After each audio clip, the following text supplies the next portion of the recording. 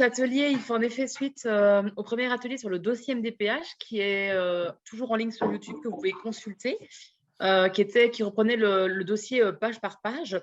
Et celui-ci, du coup, va se consacrer uniquement à la prestation de compensation du handicap. J'ai déjà découvert tout à l'heure que j'ai une slide qui a disparu. Je ne sais pas pourquoi. Donc, je la ferai en direct. On va la faire en direct ensemble.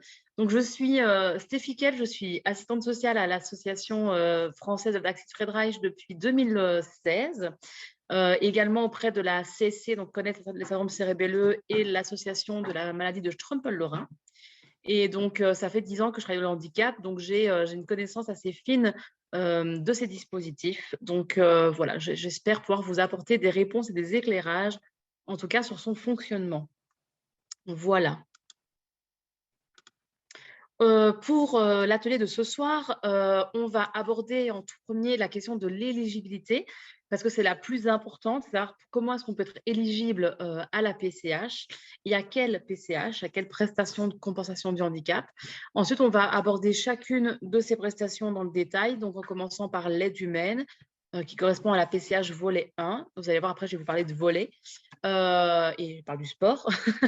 Et ensuite, des volets 2 à 5 qui correspondent au PCH aide spécifique, aide exceptionnelle, aide technique, aménagement du logement, aménagement du véhicule, aide au transport et l'aide animalière. La PCH, qu'est-ce que c'est? C'est un droit qui est mis en place depuis la loi de 2005 sur l'égalité des droits et la citoyenneté des personnes en situation de handicap. Donc, c'est une loi qui va définir ce que c'est la compensation des conséquences du handicap. C'est-à-dire qu'avant cette loi, on abordait le handicap par sa cause et non pas par les conséquences qu'elle avait. Donc, c'est-à-dire qu'une personne avec une trisomie 21 avait toutes le même droit, avait toute une allocation égale. Donc, on avait l'ancienne allocation compensatrice tierce personne, certains l'ont encore.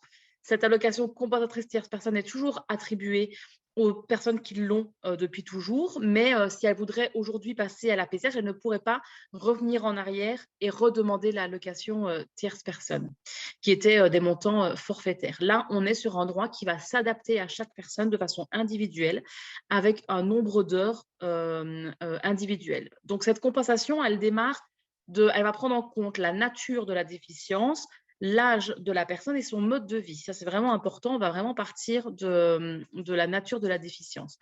Elle a pour objet de répondre aux besoins. Alors ça, c'est vraiment pas très bien respecté par les MDPH parce qu'ils se basent pas vraiment sur le besoin réel des personnes, mais plutôt sur une grille qui donne un peu un aspect secondaire à cette question des besoins.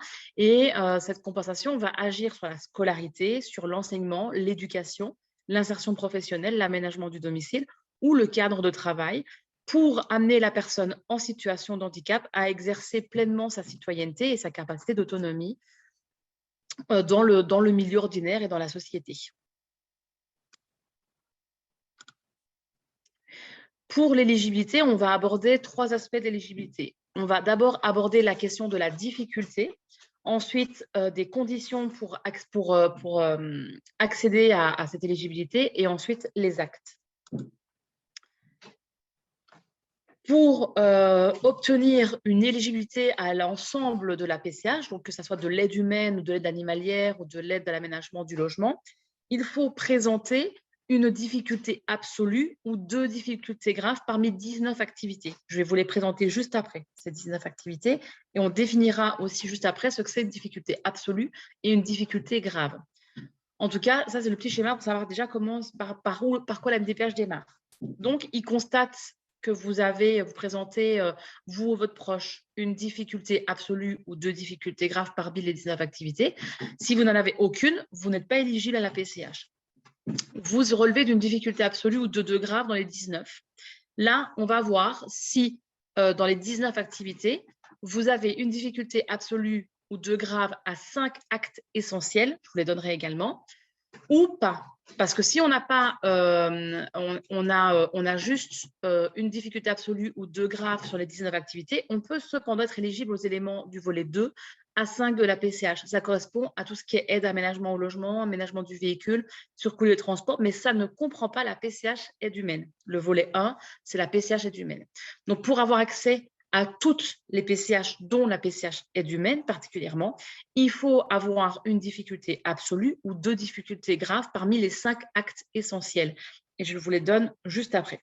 Cependant, même si on ne justifie pas d'une difficulté absolue ou de 2 graves, il y a quand même moyen d'obtenir une PCH, donc une PCH aide humaine, si on a une altération substantielle, ça veut dire une altération importante de notre état d'autonomie qui va être durable ou définitive, donc durable c'est de minimum 1 an, et qui va toucher les fonctions mentales, cognitives ou psychiques et qui va surtout mettre en danger la personne. Donc, vous verrez que dans les 5 difficultés absolues et dans les 5 actes essentiels, il y a des personnes, par exemple, qui présentent un handicap psychique.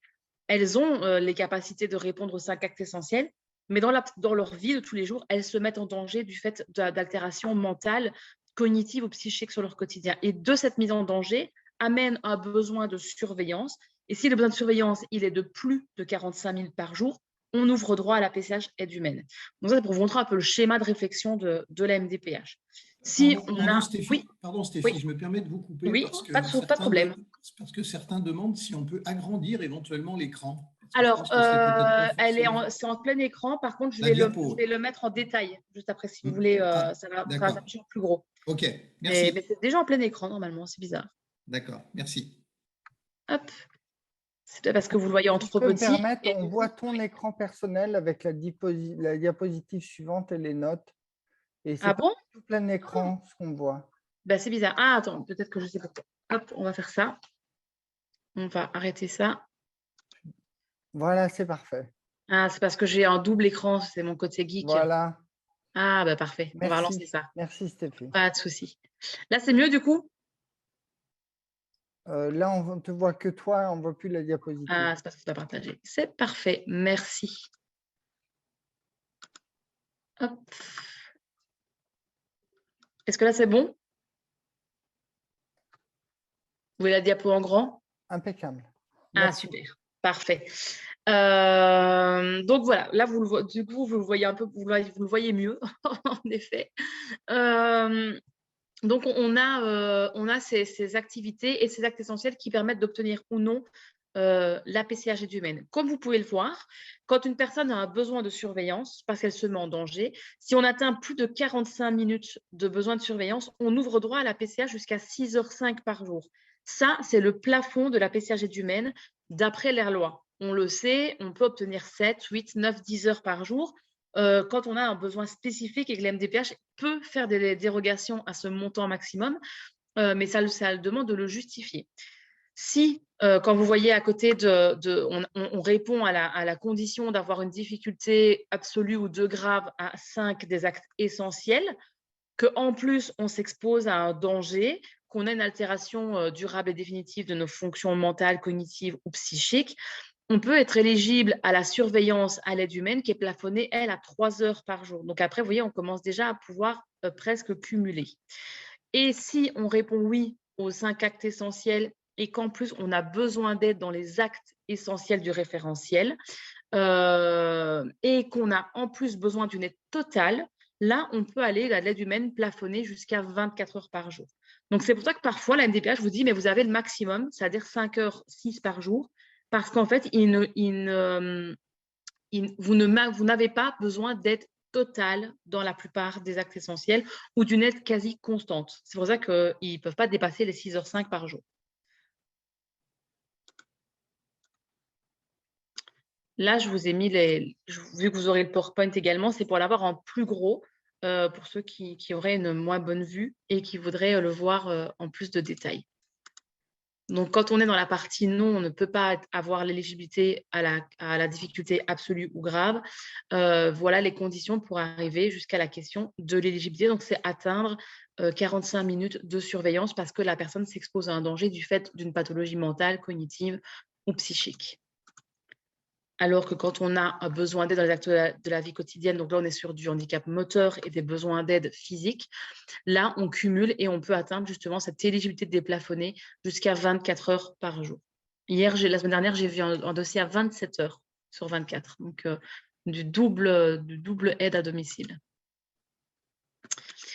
Les actes, et c'est là où ça devient important de les avoir en tête. C'est-à-dire que quand vous déposez un dossier pour avoir une PCH, il faut vous dire que pour obtenir une aide humaine, il faut impérativement justifier que vos difficultés se trouvent à ces endroits-là de la colonne. C'est-à-dire qu'il faut justifier une difficulté grave ou absolue de se déplacer dans le logement et à l'extérieur, donc se déplacer tout court.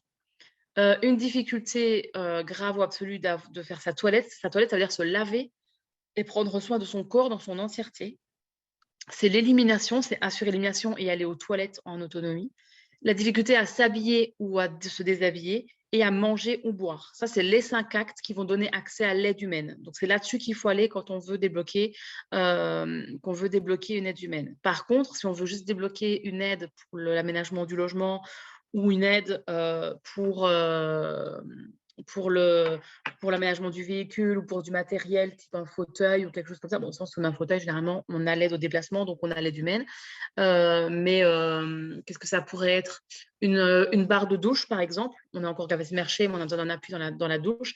Là, on peut aller dans les 19 actes essentiels et ça peut être une difficulté à l'appréhension de la main dominante, par exemple, donc la main droite, si vous êtes droitier. Si vous avez une difficulté d'appréhension de cette main, c'est un des motifs qui peut rentrer dans la difficulté grave ou dans la difficulté absolue. Là, je vous les ai remis en détail, en plus gros, pour qu'on puisse les voir, parce que quand je projette ça sur un grand PowerPoint, ça fait loin. Mais là, en visio, ça marche bien. Donc, s'orienter dans le temps, dans l'espace, gérer sa sécurité, maîtriser son comportement, faire ses transferts, marcher. Alors, il y a vraiment une différence entre se mettre debout et marcher. Les personnes qui sont capables de se mettre debout, c'est se mettre debout avec l'appui d'une table. Et marcher, c'est vraiment faire un premier pas, alors que se déplacer, c'est vraiment arriver à se mouvoir dans l'espace.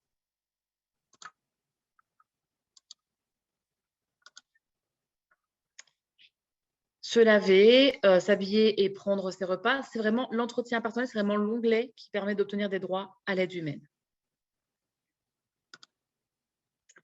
L'MDPH, ils vont distinguer au moment d'évaluer votre dossier, ils vont distinguer entre réalisation effective et capacité fonctionnelle. Je regarde, est-ce que l'aide humaine peut faire à manger ou entretenir sa maison? Alors, je lui réponds tout de suite parce que c'est intéressant. L'aide humaine, elle a pour vocation aujourd'hui, depuis novembre 2021, elle peut être considérée pour le faire à manger et pour faire la vaisselle. Si vous mentionnez dans votre dossier que c'est pour entretenir la maison, il y a des gros risques que la MDPH ne vous donne rien du tout. Je vous explique pourquoi. La MDPH est rattachée au Conseil général, donc au département. Le département, il a une enveloppe budgétaire, il a une grosse caisse avec plein de sous dedans.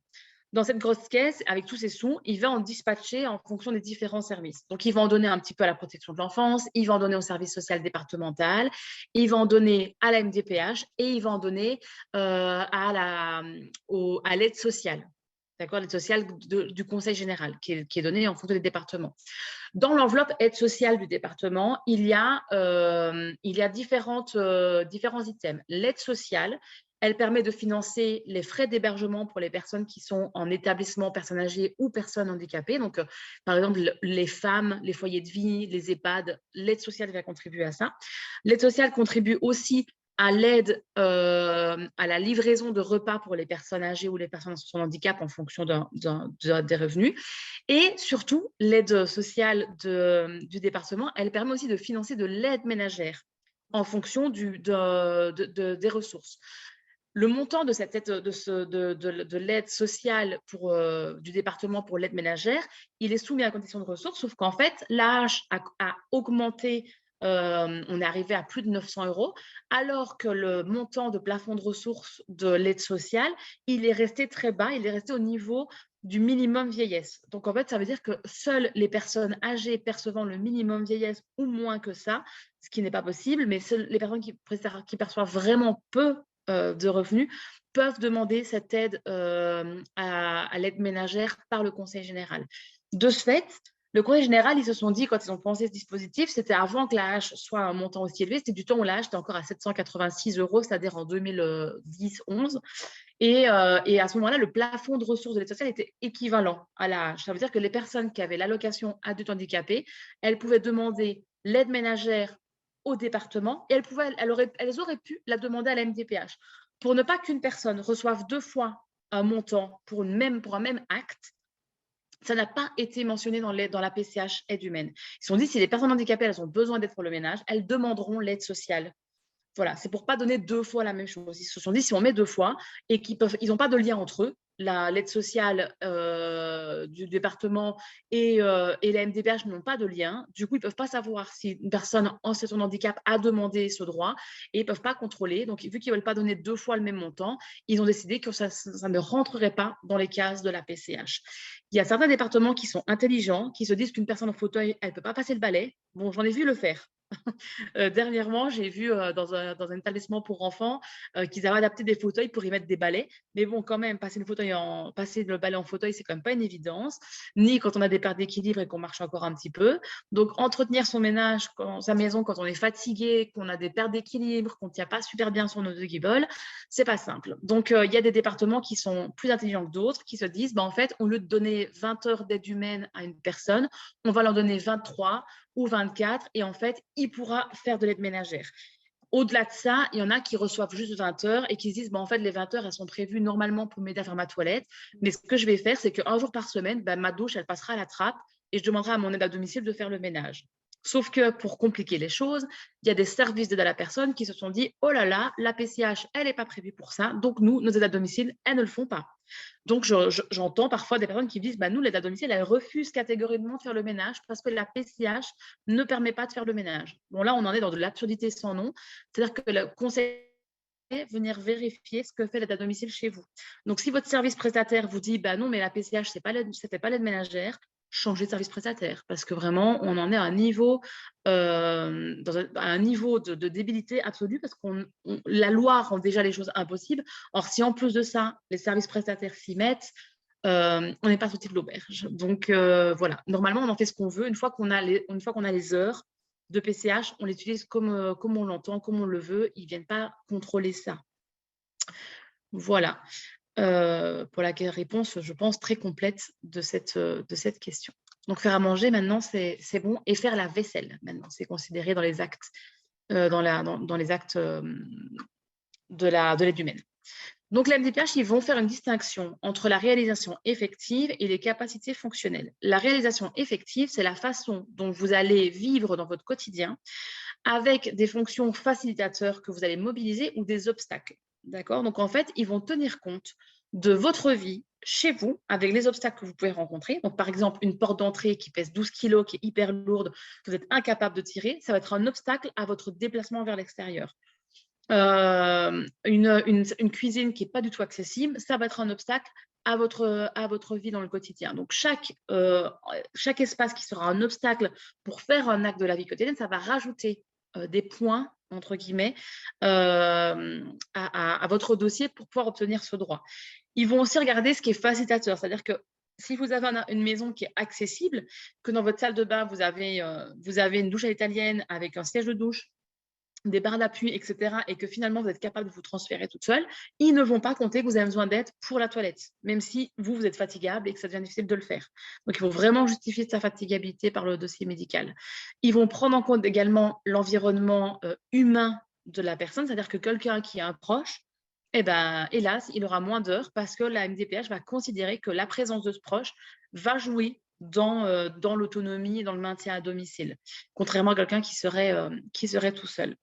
En fait, la partie relation effective, ils vont surtout l'évaluer grâce au dossier GEVA. Le dossier GEVA, c'est la grille d'évaluation que vous retrouvez surtout dans le secteur enfant avec la grille d'évaluation de la scolarité, ce qu'on appelle le GEVASCO, puisque les parents d'enfants portant un handicap connaissent très bien ce que ce GEVASCO est rempli par l'école.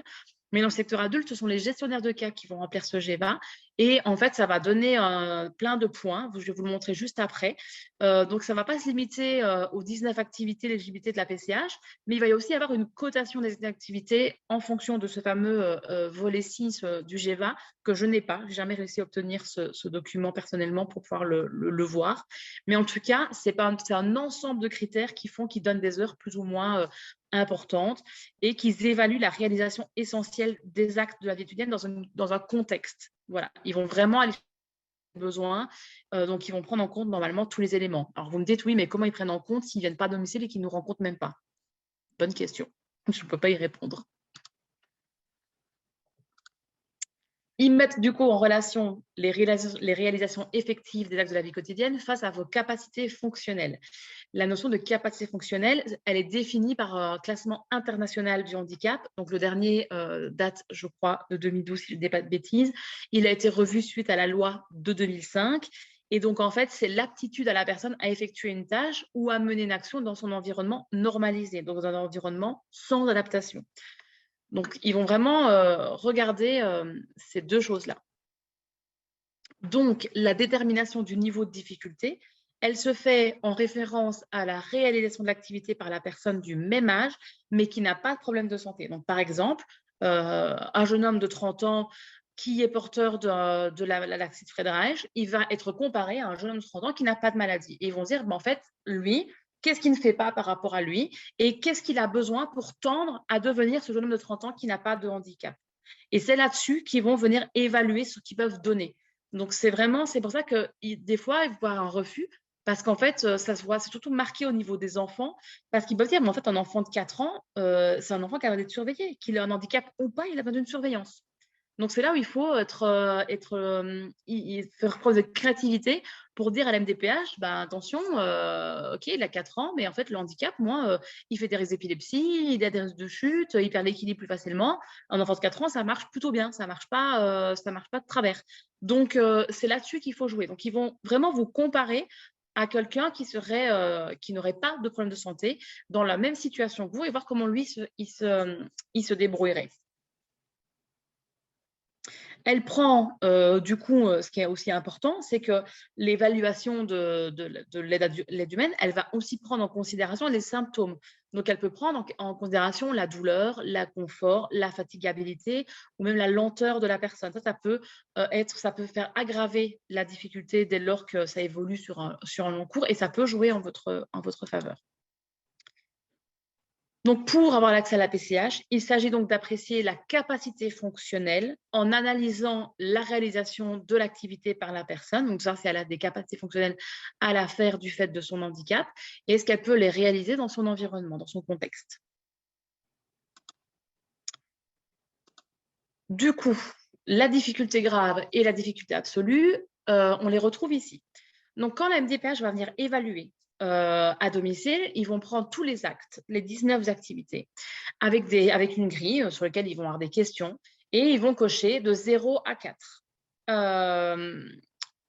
Quand ils cocheront, ils vont se dire, ben voilà, par exemple, marcher, et ben, vous êtes capable de réaliser cette activité mais avec un résultat normal. C'est-à-dire que vous êtes capable de marcher, mais vous marchez plus ou moins normalement. Même si c'est fatigant, même si c'est dur, vous marchez normalement. Donc, vous avez une difficulté qui est modérée. Donc, ils vont vous mettre 3. Voilà, par exemple, elle est lente, vous devez avoir des stratégies pour ne pas tomber, etc. Par contre, vous devez marcher, mais c'est difficile et vous n'y arrivez pas. Ça peut être altéré par la fatigue, donc vous risquez de chuter, ou vous chutez d'ailleurs régulièrement. On peut dire que vous avez une difficulté grave, donc là, on vous donne 3 points. Et donc, chaque activité va vous faire noter des points, et à la fin du G20, donc de la grille d'évaluation, vous aurez un nombre de points, et c'est ce qui permettra de se dire si cette personne elle a plus ou moins des droits à la PCH. Voilà.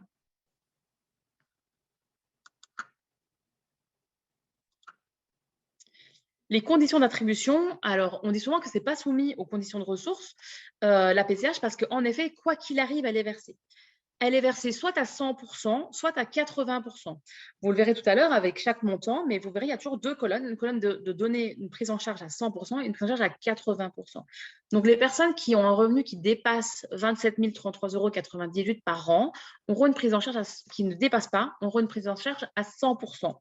Alors que les personnes qui ont un revenu supérieur à 27 033 000 € auront une prise en charge à 80%.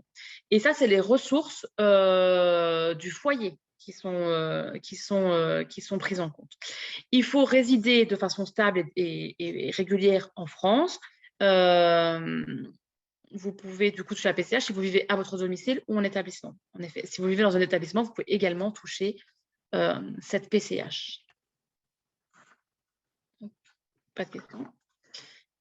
Et c'est là où il me manque une slide. Donc on va l'improviser avec vous en direct.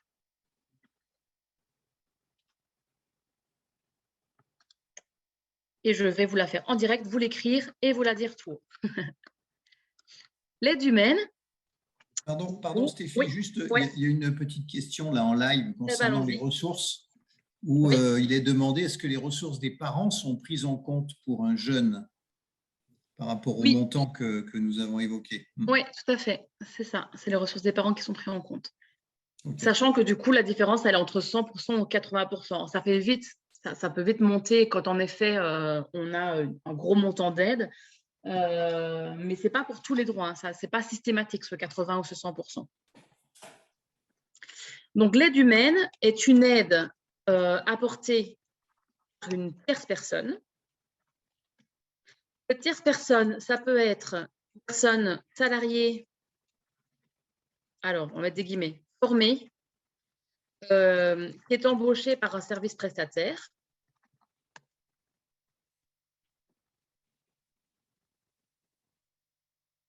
Ça peut être une personne proche aidante qui peut être embauchée en emploi direct ou être dédommagée. J'y reviendrai tout à l'heure. Et ça peut être également une personne embauchée en emploi direct qui n'est pas quelqu'un de votre famille. L'aide humaine, elle est donnée sous un nombre d'heures. Par exemple, l'aide humaine, on va vous donner, je ne sais pas, on va se rappeler au bon souvenir de quelqu'un qui est présent ce soir et on va donner 7h02 par mois. Ouais, parce qu'ils sont hyper généreux sur certains départements. Mais, voilà, minimum que j'ai connu de ma carrière. Et ils peuvent vous donner jusqu'à, on va dire, je ne sais pas, 156,42 par mois. Ce montant-là, ce nombre d'heures, ils vont vous l'attribuer et après, c'est à vous de l'utiliser un peu comme vous voulez. C'est-à-dire, avec vos 7h02 par mois, donc on est à du 7h02, du 42, parce que chaque acte qu'ils vont notifier, ça correspond à un nombre de minutes. Par exemple, un transfert, donc d'un lit à un fauteuil, ils considèrent que c'est 3 minutes. C'est un exemple, hein. Je n'ai pas les montants réels en tête, mais en tout cas, ça peut être 3 minutes. Une toilette, ça peut être 12 minutes. Donc, en fait, ils vont additionner ces minutes et c'est comme ça qu'on se retrouve avec des calculs improbables qui font qu'on a du 7,02, du 156,42, etc. Quand vous avez un nombre d'heures, la personne qui est salariée embauchée d'un service d'aide à la personne, c'est ce qu'on appelle le mode prestataire. Avec ce mode prestataire, la MDPH, ils vont vous verser 22 euros, aujourd'hui, 22 euros par heure. Ça veut dire que les 7 heures, si vous voulez embaucher quelqu'un avec vos 7 heures qui vient d'un service d'aide à la personne, vous faites appel à un service d'aide à la personne, type ADMR, qui est très connu, et vous aurez 22 euros fois 7,02 par mois pour payer ce service. Par contre, si vous avez 156 heures et vous vous dites, tiens, moi, dans les 156 heures, je veux que mon proche il soit reconnu comme aidant familial et je vais déclarer que mon proche aidant fait ce nombre d'heures-là à mes côtés, intervient à mes côtés et bénéficiera, du coup, dans ce cas, bénéficiera d'un dédommagement. On verra le montant juste après. Après, vous vous dites, bon, ben, moi, j'ai quand même une cousine qui est hyper douée, qui habite à côté de chez moi, j'ai confiance en elle, et elle peut intervenir chez moi 80 heures par mois. Et je vais lui faire un contrat CESU. Donc, je vais faire un contrat CESU à ma donc débloquer 80 heures au titre de l'emploi direct. C'est un des modes de la PCH. Vous dites, bon, après, je suis un peu en galère parce que ma cousine, elle peut faire que 80 heures. Mon épouse, mon proche ne peut faire que 56 heures. Du coup, il me reste 20 heures à débloquer. Et vu que les 20 heures, j'aimerais bien faire du ménage et que je fais appel à un service d'aide à la personne qui n'est pas trop à la ramasse, je vais prendre un service d'aide à la personne. d'aide à la personne. Et dans ce cas-là, je demanderai 20 heures au titre du mode prestataire. Donc, en fait, vous pouvez répartir vos heures comme vous l'entendez. Après, ça peut être modifié en cours de droit. Alors, si vous modifiez tous les 4 matins, la MDPH, ils vont vous dire, là, il ne faut pas déconner. Mais de façon générale, c'est ce que vous pouvez faire. Vous pouvez répartir ces heures-là. Si, par exemple, à un moment donné, votre proche, il vous dit, non, mais là, en fait, moi, j'en peux plus. On va augmenter nos heures. On peut très bien se dire qu'on fait 36 et 40. Voilà. On peut vraiment modifier tout ça. On peut donner à 100% un service prestataire, mais on peut aussi répartir. Ça, c'est pour l'aide humaine. Je vais revenir sur les montants individuels de cette aide-là. Et pour la façon pour les aidants également. L'aide humaine, depuis peu de temps, j'espère que maintenant c'est réglé et qu'il y en a certains qui le perçoivent. L'aide humaine, elle comprend également... Hop.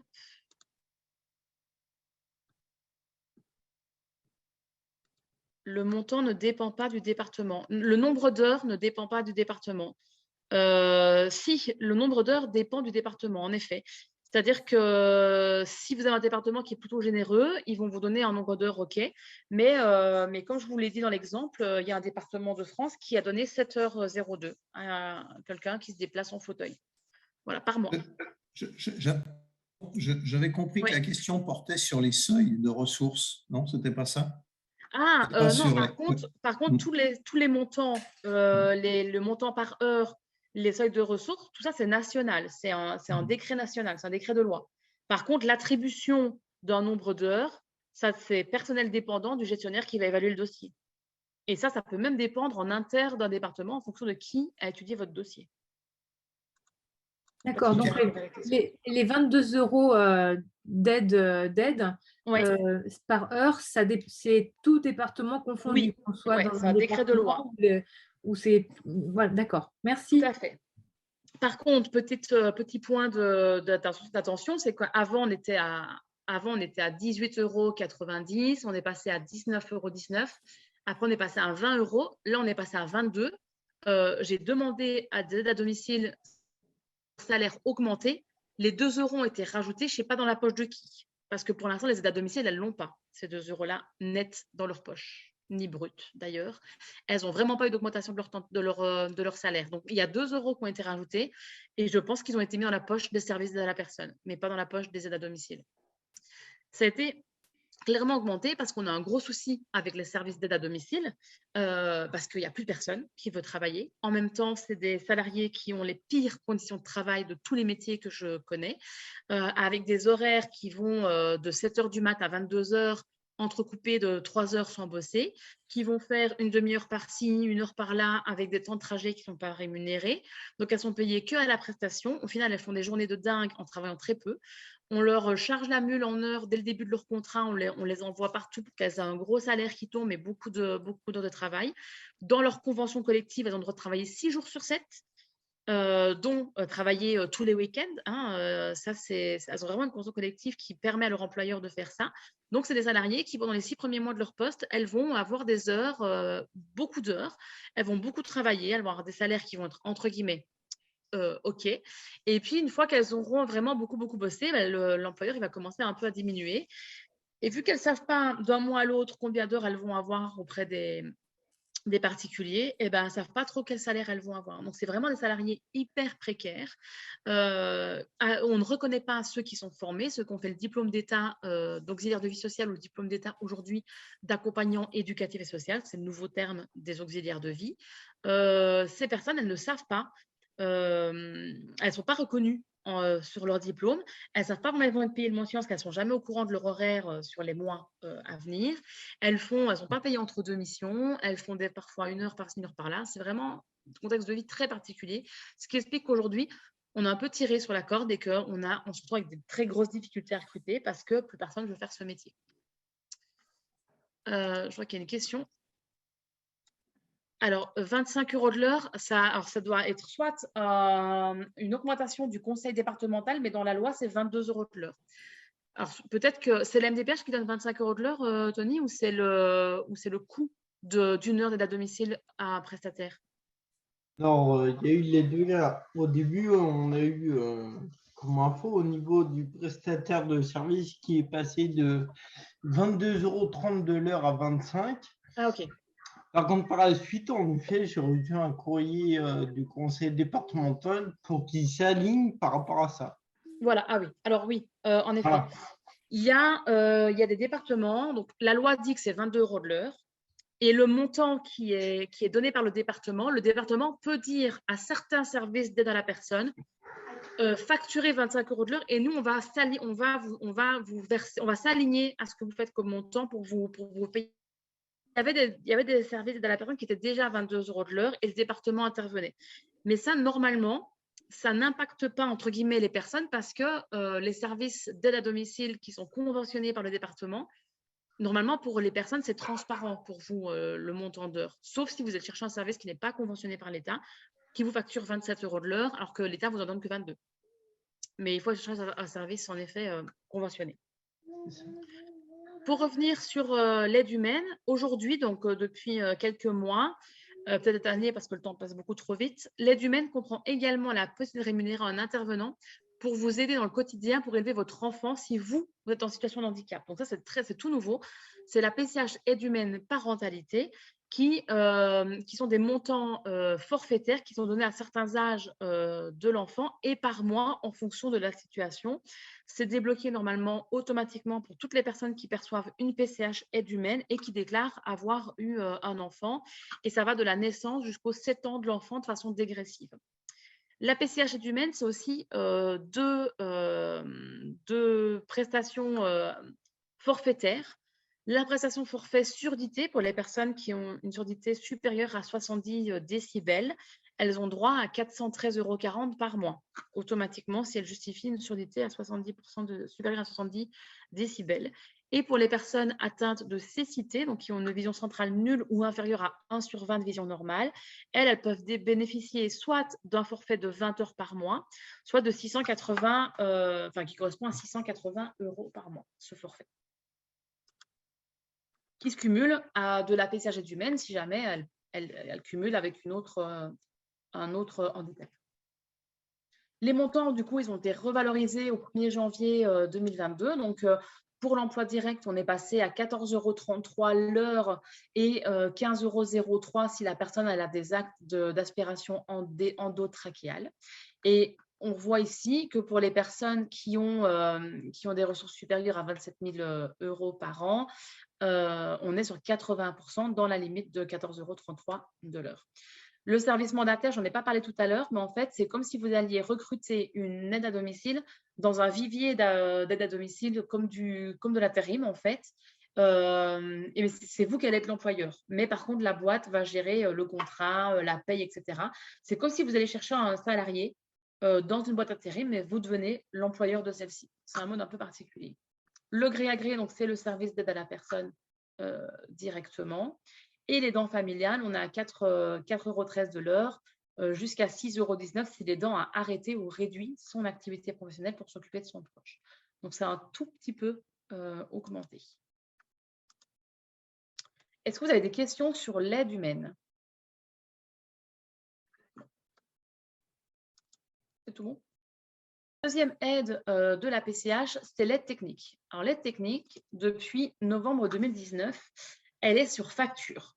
C'est-à-dire que quand vous faites un achat, vous pouvez vous dire cet achat il est hyper important, je ne peux pas patienter, je sais pas, le fauteuil, il y a impérativement besoin d'un nouveau fauteuil.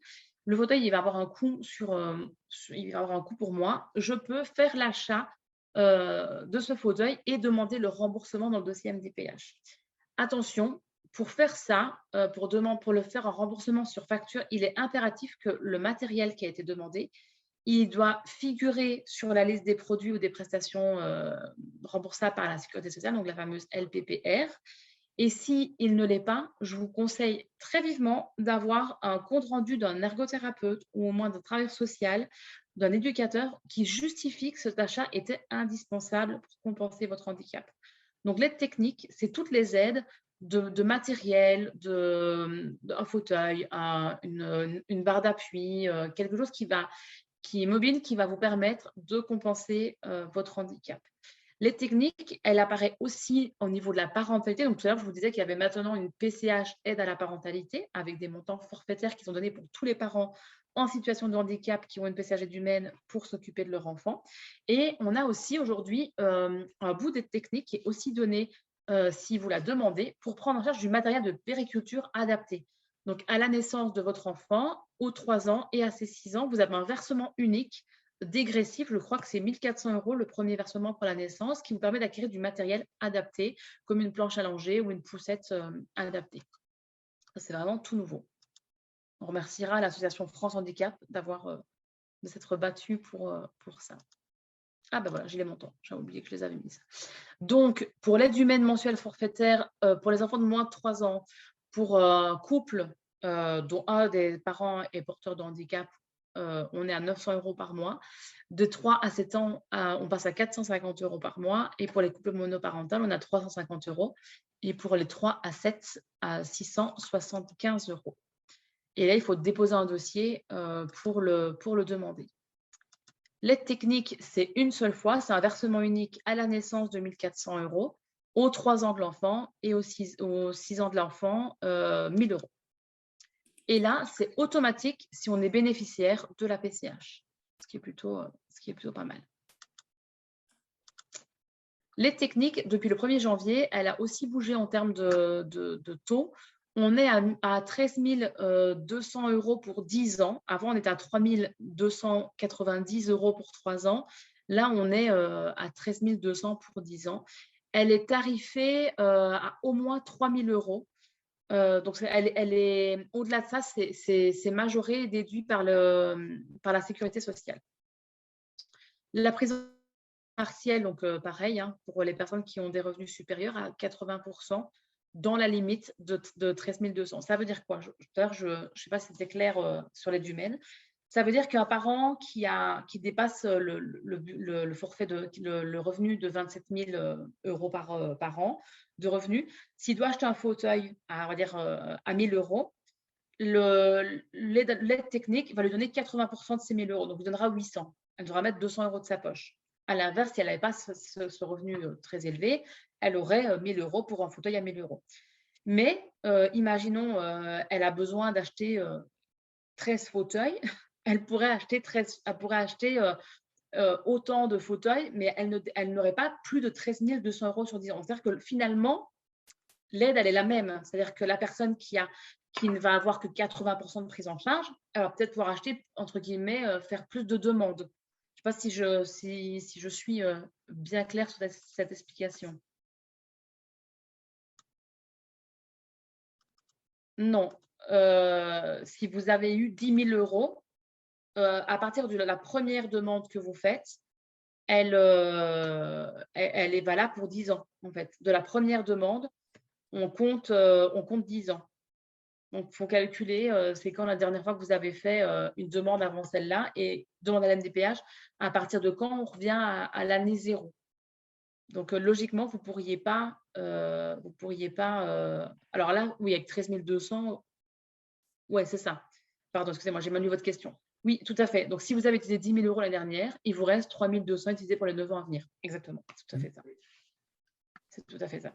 Et si vous avez du coup les 80%, vous aurez, quoi qu'il arrive, une enveloppe de 13 200, mais chaque dépense que vous faites, vous devrez mettre 20% de votre poche. Ceci est beaucoup plus clair que mon explication d'avant. Si l'aide ne figure pas dans la LPPR de la Sécurité sociale, là, la prise en charge à taux plein, elle passe à 70%, pareil, pour une période de 10 ans. Et sur le temps partiel, ça ne bouge pas, c'est pareil.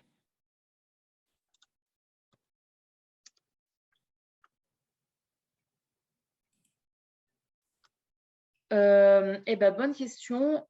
Pour la PCH aide technique pour achat de matériel, est-elle plafonnée? Est plafonnée, est-il possible de déplafonner exceptionnellement ou de la renouveler avant les 10 ans? Moi, je tente toujours. Je pars du principe que même si on me dit que ce n'est pas possible, je le tente en justifiant une évolution de la pathologie radicale. Par exemple, vous avez acheté un fauteuil roulant électrique de très grande qualité qui verticalise, je ne sais pas, fait des créneaux tout seul, je ne sais pas, et votre proche a un accident,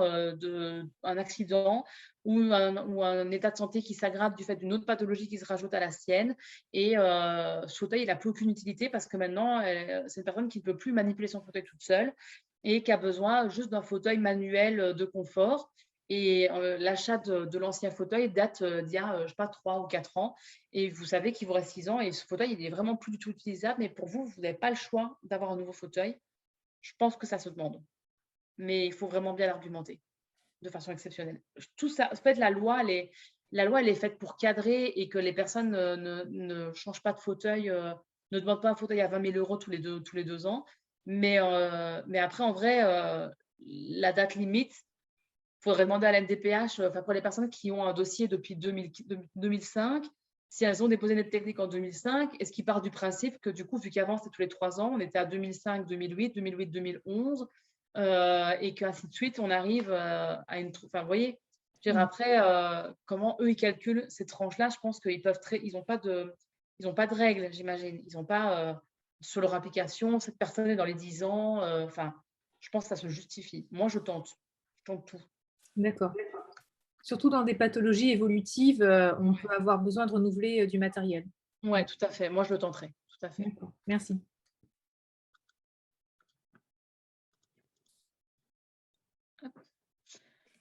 Suite après l'aide technique et qui est le volet 2 de la PCH, on arrive au volet 3 qui est l'aide spécifique et exceptionnelle. L'aide spécifique et exceptionnelle, ce sont deux, on appelle ça les charges dans le vocabulaire, on appelle ça la charge spécifique et les charges exceptionnelles. Les charges spécifiques, c'est des dépenses permanentes, prévisibles, non prises en compte par un autre élément de la PCH ni par la sécurité sociale. Donc, par exemple, ce sont les protections. C'est les frais d'entretien d'un fauteuil roulant. C'est pas mal, enfin, c'est des dépenses qui sont récurrentes, qui reviennent, qui sont permanentes, qu'on sait qu'elles vont arriver. Et là, c'est 100 € par mois. Quoi qu'il arrive, pour tout le monde, c'est 75% de cette dépense. Donc, si vous justifiez de 200 € de frais mensuels, vous aurez 100 € par mois qui vous seront versés tous les mois de façon systématique par rapport à ces frais. Il faudra bien entendu garder les factures de tous ces frais-là. Il y a une question. Hop. Et c'est ce que j'ai tout à l'heure. Est-ce que la période de 10 ans, elle a commencé à votre premier dossier de demande d'aide technique? Est-ce qu'elle a commencé à votre dernier dossier, vu que la loi elle vient de sortir? Est-ce qu'elle va commencer dès maintenant au prochain dossier que vous allez faire?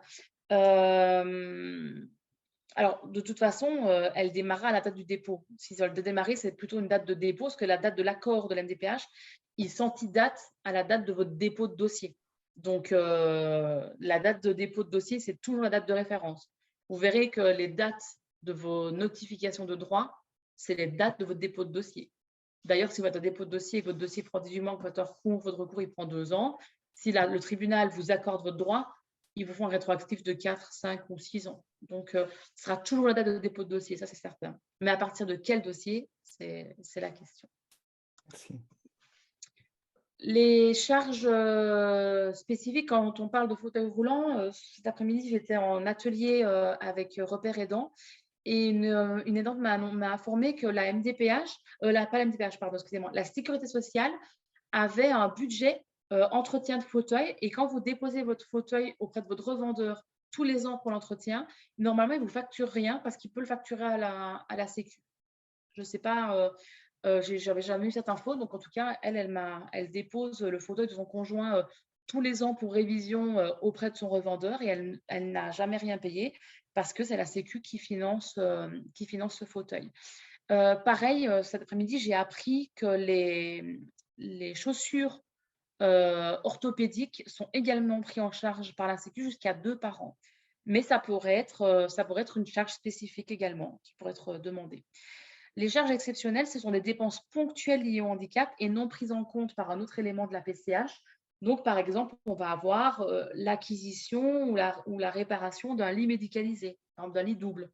On peut demander également pour les vacances, pour les frais liés aux vacances. Si vous partez, par exemple, à Libre Ensemble, le lieu de vacances qui a été testé par pas mal de personnes de l'association, au Monténégro, et ben, ils vous font un devis avec le coût des vacances classiques, c'est-à-dire des frais d'avion, des frais de location, etc.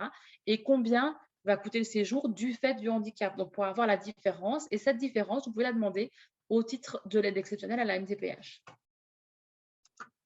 sur devis. L'aménagement du logement, on va être sur quelque chose d'un peu particulier, d'un peu plus complexe.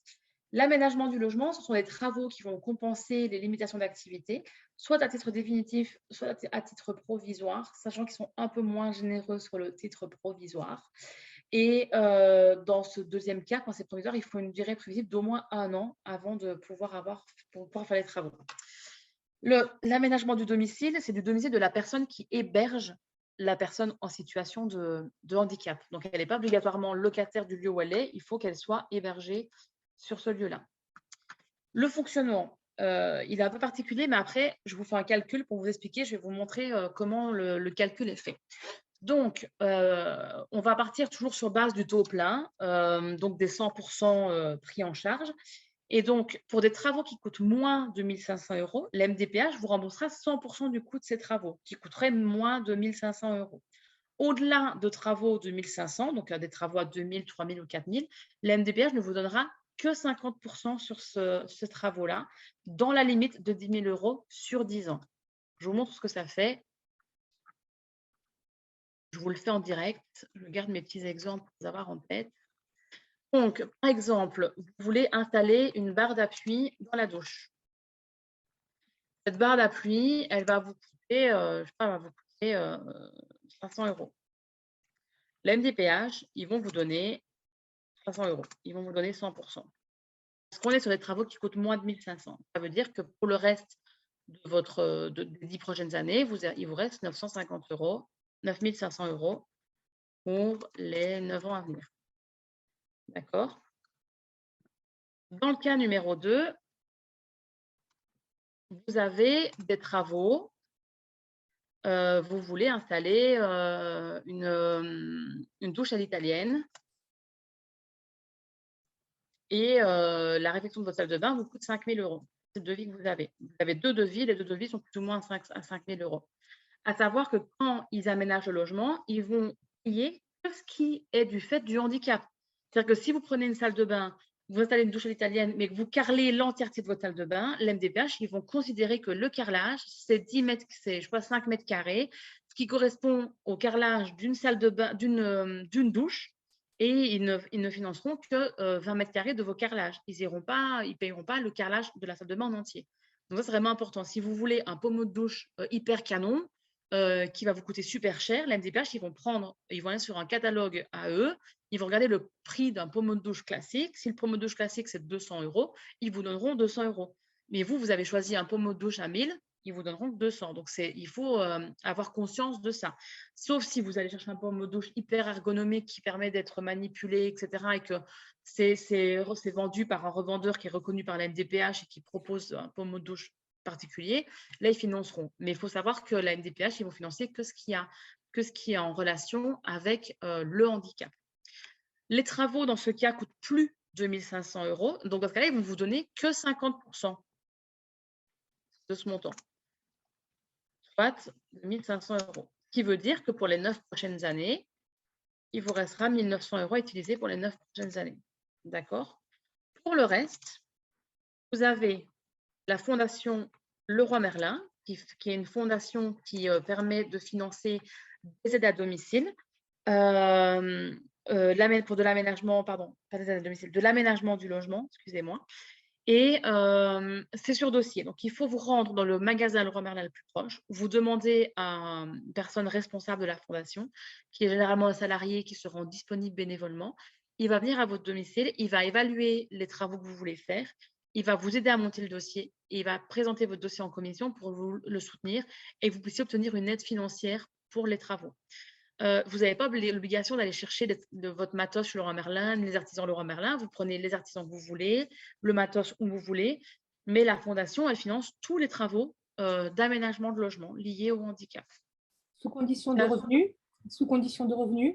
Oui, mais il faut avoir des revenus bien hauts qui interviennent. C'est plus haut. Vous avez également Solia, qui est une association nationale pour le logement et l'habitat, qui peut également vous aider à financer une partie de vos travaux. Et puis, je vous invite à vous renseigner auprès de vos bailleurs sociaux quand vous êtes en location sociale. Il y a des bailleurs sociaux qui ont des vrais programmes d'adaptation de logement avec très peu de reste à charge pour la personne. Par exemple, on a un bailleur à Lyon, quand il fait un aménagement de logement, qui le rend vraiment aménagé correctement avec tout ce qu'il faut. Une personne qui bénéficie de l'allocation adulte handicapé, il lui reste 50 € à charge. Donc vraiment, c'est très peu. Oui, c'est vrai, Fabrice. C'est assez simple, ça marche. Ça vaut vraiment le coup d'utiliser ce fonds. Si vous avez besoin de renseignements pour des travaux, n'hésitez pas aussi à vous rapprocher de l'ADIL, qui est l'Agence départementale d'information. Est-ce que je peux vous demander de couper votre micro, s'il vous plaît? Oui. Merci beaucoup. Voilà, de vous renseigner auprès de l'ADIL, l'Agence départementale de l'information sur le logement. Et ensuite, le troisième cas, vous avez des travaux à 25 000 €. On va dire que vous faites la totale, vous faites une super cuisine 100% accessible, domotique, etc. Ça vous fait 25 000 €. L'MDPH, vous avez des travaux à plus de 1 500, vous donnera 50%, donc on arrive à 12 500. Donc là, vous dépassez les 10 000. Donc l'MDPH ne vous donnera que 10 000 € et il ne vous restera rien pour les 10 prochaines années. Ils ne vous donneront que les 10 000. Donc, ça vaut le coup de faire les travaux les uns après les autres pour ne pas vous retrouver avec des gros montants à mettre vous-même.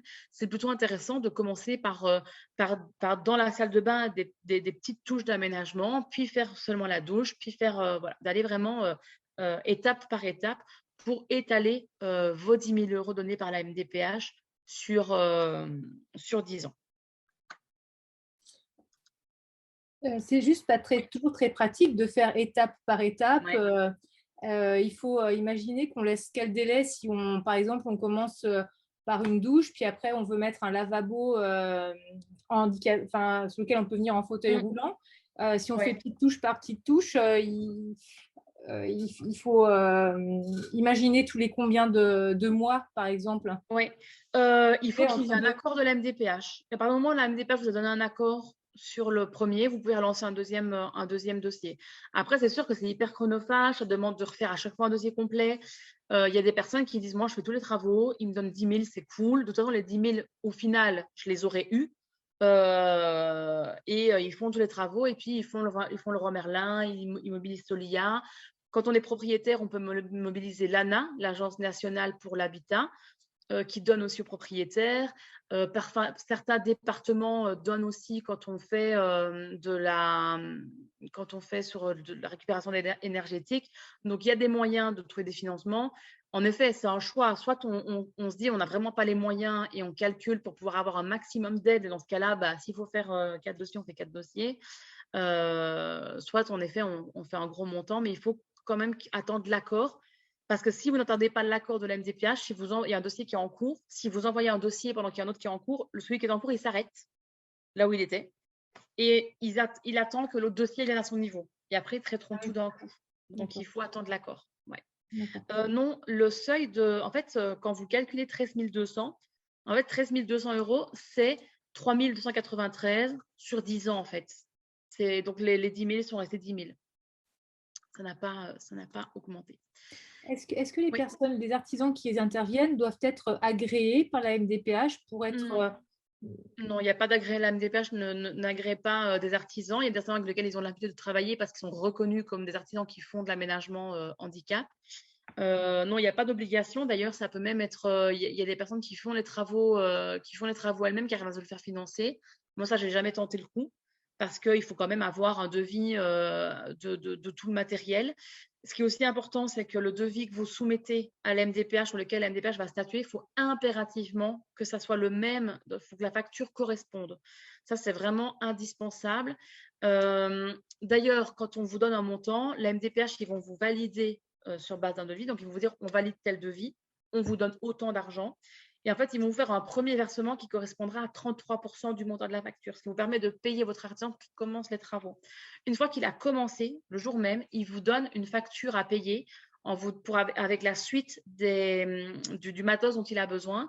Vous l'envoyez au conseil général et là, le conseil général vous donne à nouveau 33% pour permettre à l'artisan de continuer. Et c'est une fois que l'artisan a fini les travaux qu'il donne une dernière facture acquittée travaux terminés pour que vous puissiez recevoir les 33% restants ou 34, enfin, en fonction de quand il vous a donné 34. Voilà. Et il est possible, oui, dites-moi. Les normes, elles ne sont pas forcément… Si par exemple on refait une cuisine et qu'on n'a pas la place quand même de mettre le cercle de 1,50 m pour tourner en fauteuil, est-ce que ça peut être un frein à la prise en charge du dossier ou même s'il y a quand même de l'aménagement pour la personne parce qu'on ne peut pas forcément transformer en complètement, enfin quelque chose d'ancien en complètement… Non, je ne pense pas que ça joue. Je ne pense pas que ça joue. Pour réussir son dossier aménagement du logement, il faut impérativement 2 devis. Il faut, pour moi, impérativement un rapport d'un ergothérapeute. Et le rapport de l'ergo, ils vont se baser là-dessus. Ils n'ont pas besoin de plan. Pareil, ils ne vont pas demander un plan de la cuisine avec justement ce cercle tracé. Par contre, l'ergo va prendre des photos, va dire on va mettre ça là, la personne pourra passer comme ci, comme ça. Donc, pour moi, c'est impératif qu'il y ait au minimum un rapport d'un ergothérapeute. Ça, c'est vraiment l'essentiel. 2 devis et parfois un rapport social qui vient en plus appuyer la nécessité d'aménager le logement. Il faudra un accord du bailleur si vous êtes en location ou du propriétaire si vous êtes locataire avec un propriétaire privé. Mais c'est tout. Et puis, quand vous aurez commencé le travaux, il faut impérativement que ce qui est mis sur le devis, ça colle à 100% à ce qui est mis sur la facture. D'accord. C'est impératif. Le rapport social, il est fait par qui? Soit vous avez dans votre département des équipes qui font ce genre d'évaluation. Par exemple, Solia vous propose un travailleur social, un ergo et des artisans. Ils proposent tout, un package. Et c'est eux qui montent tout le dossier. C'est eux qui font tout. Mais vous avez aussi à Lyon, par exemple, on a le CRIAS. Le CRIAS Mieux Vivre, c'est un centre de ressources et ils ont 3 ergos qui font des évaluations à domicile. D'ailleurs, ils ont même un appartement témoin pour aller voir ce que c'est une cuisine aménagée, un espace de bureau. Ils ont tout. Et eux, ils vous font un rapport et ils peuvent vous orienter vers des professionnels qui font les rapports sociaux. Après, ça peut être un assistant social libéral, ça peut être l'AS de l'hôpital, ça peut être l'AS de la ville si vous en avez une, de votre mairie. Voilà. C'est pas obligatoire le rapport de l'assistante sociale. Le principal, c'est l'ergothérapeute dans ce dossier. D'accord, merci beaucoup. Voilà, pas de souci. Les frais de déménagement sont inclus dans le package aménagement du logement. Donc, c'est une aide pour payer un déménageur si vous déménagez d'un logement où il serait impossible de l'aménager ou que l'aménagement serait trop coûteux. Et de ce fait, ça vous imposerait de déménager dans un logement qui répond aux normes d'accessibilité. Ou, j'ai déjà réussi à obtenir un remboursement pour quelqu'un qui déménageait, par exemple, de la ville, du plein centre de Lyon, pour aller vivre à la montagne, proche de son centre de rééducation, donc en Daille pour ceux qui connaissent. Parce qu'en fait, Lyon, c'était hyper pollué et sa maladie faisait qu'elle n'arrivait plus à respirer, qu'elle était atteinte de beaucoup d'asthme, que ça devenait vraiment complexe. Et à chaque fois qu'elle allait en Daille, elle retrouvait une respiration presque normale. Donc, on a demandé à ses médecins de faire des analyses de sa respiration là-bas et à Lyon, de faire 2 analyses de son autonomie à l'hôpital là-bas et à l'hôpital ici pour montrer à l'MDPH qu'en fait, son déménagement avait vraiment vocation à améliorer ses conditions de vie et sa santé. Et on a eu 3 000 € pour l'aider à déménager de Lyon au Pays Basque, à côté d'Andaille. Donc voilà, ça, c'est possible de demander ces frais-là. Pareil, avec un devis ou 2 de déménageur. L'aide au transport ou à l'aménagement du véhicule. Donc, on est sur 2 types d'aides. En effet, on est sur l'aide au transport et sur l'aménagement. Donc, l'aide de l'aménagement du véhicule, elle comprend l'aménagement du poste de conduite pour la personne qui doit être titulaire d'un permis qui mentionne ses restrictions ou qui mentionne le besoin d'un poste de conduite adapté. Si on adapte un véhicule pour pour transférer quelqu'un dans son véhicule, là, il ne faut pas être spécialement propriétaire du véhicule. En tout cas, il faut que ce soit son véhicule d'utilisation quotidienne, quoi. Donc, une attestation sur l'honneur si c'est le véhicule de son conjoint ou si c'est un parent, ça part de soi. C'est probablement le plus difficile à obtenir parce qu'en fait, l'MDPH ne finance pas l'achat d'un véhicule 100% adapté. Ils vont vraiment financer l'aménagement du véhicule. Et les véhicules qui sont censés être aménagés ne sont pas les moins chers du marché. Donc ça, c'est vraiment compliqué à obtenir.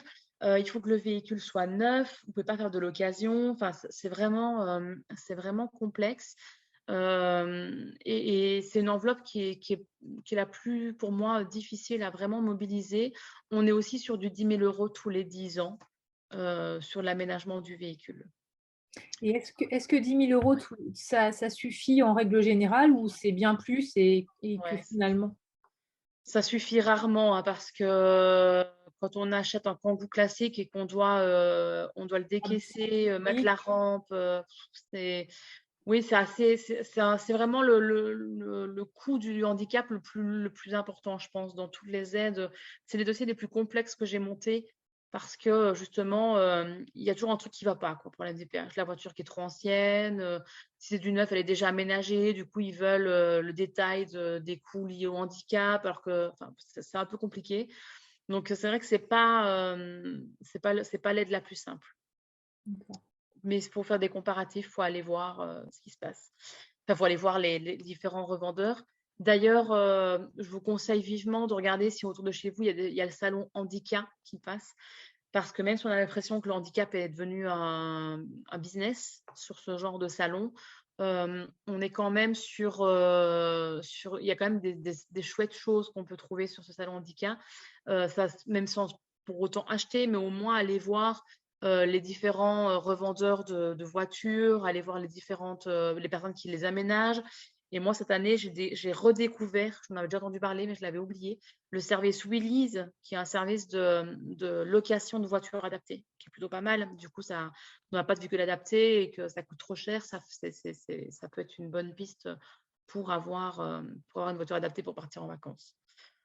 Les surcoûts liés au transport, on est sur 2 cas de figure, sur les transports réguliers fréquents ou correspondant à un départ annuel en congé. Donc, sur les transports réguliers fréquents, ce serait par exemple une personne qui va travailler et qui est dans l'obligation de prendre un transport adapté et ça aura un surcoût pour elle. Mais on est toujours dans la limite des 10 000 € sur 10 ans, donc ça peut vite monter. Et on est sur des déplacements qui sont entre le domicile et le lieu de l'établissement médico-social dès lors que la distance aller-retour est supérieure à 50 km. Donc, par exemple, un proche qui irait en accueil temporaire dans un établissement type femme, qui serait à plus de 50 km aller-retour, pourrait demander une aide au transport. Donc, voilà, on est en effet sur les frais d'aménagement du véhicule au-delà de 1 500 €. On est à nouveau avec ce pourcentage qui diffère de la prise totale si on est sur des aménagements qui sont en dessous des 1 500 €. Et sur ce qui est du surcoût lié au transport en voiture en particulier, il rembourse jusqu'à 50 centimes par kilomètre et sur 12 000 € sur une période de 5 ans. Pardon, je pensais que c'était sur 10 ans, mais sur 5 ans. Par contre, sur les transports, sur les moyens de transport en commun, on est bien sur 10 ans. La dernière aide de la PCH, qui n'est pas souvent utilisée finalement, c'est l'aide animalière. L'aide animalière, elle est destinée à l'acquisition et à l'entretien d'un animal, et pas uniquement les chiens d'aveugles, hein, ça peut être également les chiens d'assistance, et ça marche pour les enfants et les adultes. Dans ce cas, l'animal il doit avoir été éduqué par un éducateur qualifié. Donc, généralement, on connaît Andy Chien, qui est quand même l'association phare de France pour former ces animaux. Ce sont des chiens qui n'appartiennent pas à la personne ou à la famille, ils restent la propriété de l'association parce qu'ils doivent partir en retraite à leurs 7 ans et ils sont mis en famille à partir de leurs 2 ans. Donc, c'est pour des périodes de 5 ans. Et l'aide animalière, le remboursement va jusqu'à 100% des frais engagés sauf cas taux partiel où on est toujours à 80%, hein, comme je vous ai dit au début, dans la limite de 6 000 € pour une période de 10 ans. Donc, généralement, le stage coûte 250 €. Le stage de rencontre avec le chien, il est 100% remboursé et généralement, il vous verse 50 € par mois pour les frais d'entretien du chien, pour les croquettes, le veto, etc. Et ça, c'est très, très peu utilisé. Un petit rappel, le dossier MDPH doit être complet. Le certificat médical est toujours la pièce la plus importante de votre dossier. Un rapport complet d'un ergothérapeute, pour moi, c'est indispensable quand on fait une demande d'aide technique, d'aménagement du logement, d'aménagement du véhicule. Il faut, dans l'idéal, mettre 2 devis. Le risque, si vous n'en mettez qu'un, c'est que la MDPH fasse sa propre recherche et se base sur leur propre devis, qui ne correspondrait peut-être pas à ce que vous avez besoin. Un rapport social éducatif, ce sont vraiment des plus. Si vous avez des équipes pluridisciplinaires qui accompagnent votre proche ou vous-même, ça peut vraiment être en plus de les avoir.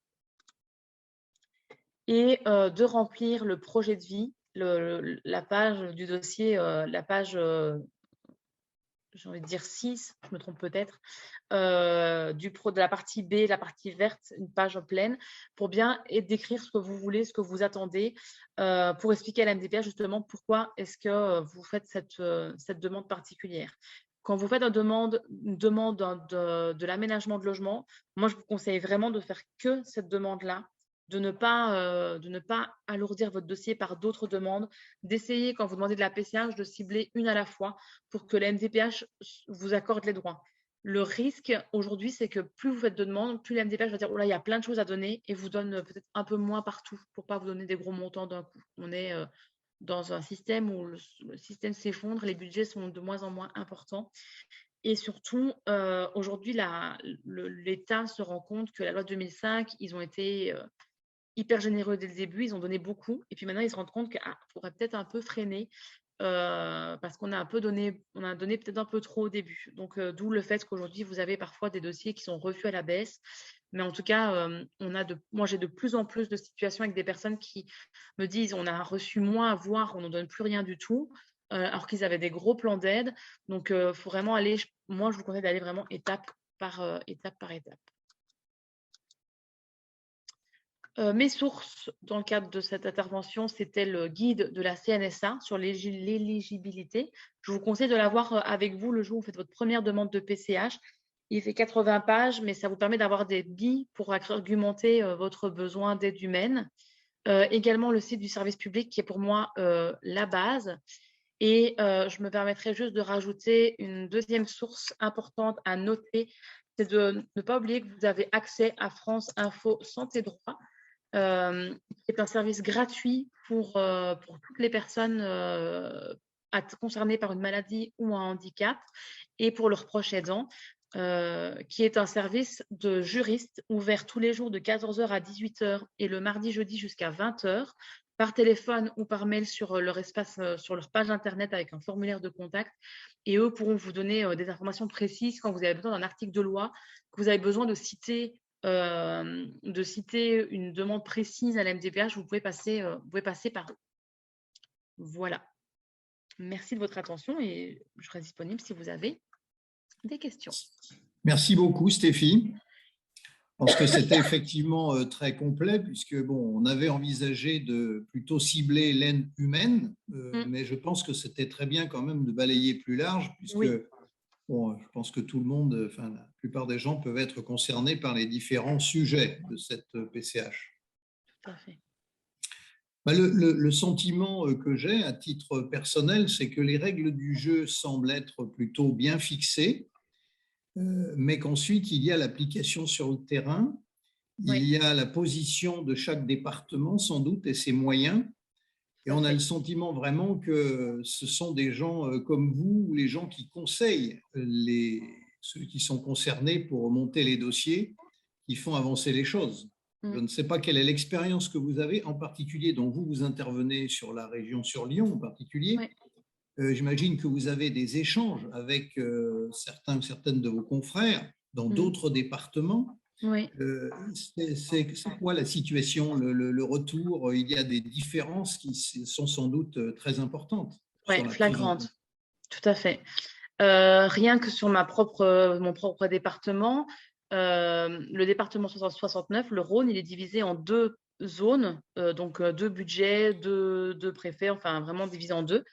La métropole de Lyon, c'est l'urbain, avec la ville de Lyon, Villeurbanne et les communes limitrophes. J'ai un super lien avec cette MDPH, avec un médecin qui est très disponible à mon expertise, que je peux interpeller, à qui je peux écrire, à qui je peux faire des demandes complètement folles où elle me dit à chaque fois, mais Madame Kiel, mais d'où vous me sortez ça? Mais j'arrive à obtenir les droits. Alors que si je traverse la rue, pour citer notre cher président qui pense que quand on traverse la rue, on trouve du travail, moi, quand je traverse la rue, je suis dans le Nouveau-Rhône où il diminue les droits, où il passe de plan d'aide à 200 heures, il en donne 50, où ils n'octroient pas des taux d'incapacité à 80 alors qu'ils laissent des personnes en très grande situation de précarité juste à cause d'un taux. Donc, en effet, ça varie vraiment. Si vous allez sur les départements du Nord, Nord-Pas-de-Calais, Somme, l'Aisne, on est sur des départements qui fonctionnent plutôt bien. La Loire fonctionne super bien aussi. C'est des départements qui donnent des droits justes et dans une limite de temps correcte, alors que par exemple sur l'Isère, c'est une catastrophe. Donc en effet, ça change vraiment d'un département à l'autre. Le département 83 et le 06 dans le sud, qui sont 2 départements limitrophes, sont complètement différents. Aujourd'hui, il faut prendre conscience d'une chose, c'est qu'on est dans un système social qui s'effondre et on est dans un changement de modalité de notre système de soins et notre système social. C'est un historique que j'ai donné la semaine dernière.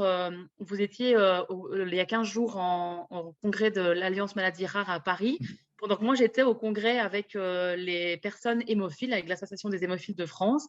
Et je suis intervenue sur justement l'historique du droit du handicap. Et c'est vraiment important de prendre en considération où on en est aujourd'hui pour comprendre comment vos dossiers sont gérés de façon inconsciente par les gestionnaires. Mais le poids du fonctionnement politique impacte leur façon de travailler leurs dossiers. En sortant de guerre, on était sur un état d'improvidence qui a été pensé par Van Bismarck, un Allemand, qui a pensé le système de sécurité sociale, qui s'est dit que les personnes qui travaillaient, leur seule force en tant qu'humains, c'était leur travail. Et que quand ils perdaient leur travail du fait d'une maladie professionnelle, ils avaient droit à une compensation parce qu'ils avaient perdu leur force de travail. Le fonctionnement du système français, c'est basé là-dessus, sur le fait que si on perdait notre force, on avait l'État qui venait compenser. L'État-providence, vous aviez un problème, on venait vous amener une solution. Ça, c'est très marqué, en tout cas moi de mon côté en Belgique, quand on se trouvait sans emploi. Le lendemain, on avait notre indemnité chômage qui était versée, on avait besoin de rien faire. Aujourd'hui, notre État, depuis les années 2000, on a basculé, on est sorti de cet État-providence qui était un État qui amenait sur un plateau les aides, et on est sur un État qui se dit social actif. Donc l'État social actif, c'est un État qui fonctionne, si on veut quelque chose, on doit se battre pour l'avoir. Et si demain vous avez un enfant qui est porteur de handicap, si personne ne vous dit que c'est la MDPH qui gère, personne ne va vous le dire. Il y a personne qui va venir vous dire, hey, tu as un enfant sur ton handicap, c'est ça tes droits. Personne. C'est à vous d'aller chercher ce que vous avez besoin. Si votre droit à la PCH ou à l'allocation adulte handicapé finit le 31 décembre, il n'y a personne qui va vous dire, hey, attention, il faut que tu le renouvelles. Maintenant, personne. Donc, c'est vraiment un État qui dit que si on veut quelque chose, il faut qu'on se batte pour l'avoir. Et aujourd'hui, l'État fonctionne avec le non-recours. C'est-à-dire que le non-recours au droit, il est incroyable. La majorité des gens ne vont pas chercher les droits dont ils ont besoin. Une très grande majorité. Le RSA, je crois qu'on a 30% d'utilisation du RSA. Alors qu'il y a si tout le monde le demandait, ça serait vraiment problématique. Donc, on est sur ce fonctionnement-là. En parallèle de ce fonctionnement, je ne sais pas si vous avez entendu parler des baromètres des MDPH mis en place par Sophie Cluzel. Le baromètre des MDPH, c'est une évaluation des MDPH. C'est-à-dire, est-ce que la MDPH travaille bien? Sur base du nombre, du délai de réponse des dossiers, est-ce que la MDPH a répondu dans les temps à votre dossier? Donc, ils doivent répondre dans les 4 mois. Aucune MDPH ne fait ça, ne répond dans les 4 mois. Est-ce qu'ils ont donné des droits définitifs? Parce que Sophie Cluzel, elle veut qu'on arrête de faire des dossiers à tout va. Elle veut que les MDPH donnent des droits définitifs pour qu'on n'ait plus à refaire des dossiers.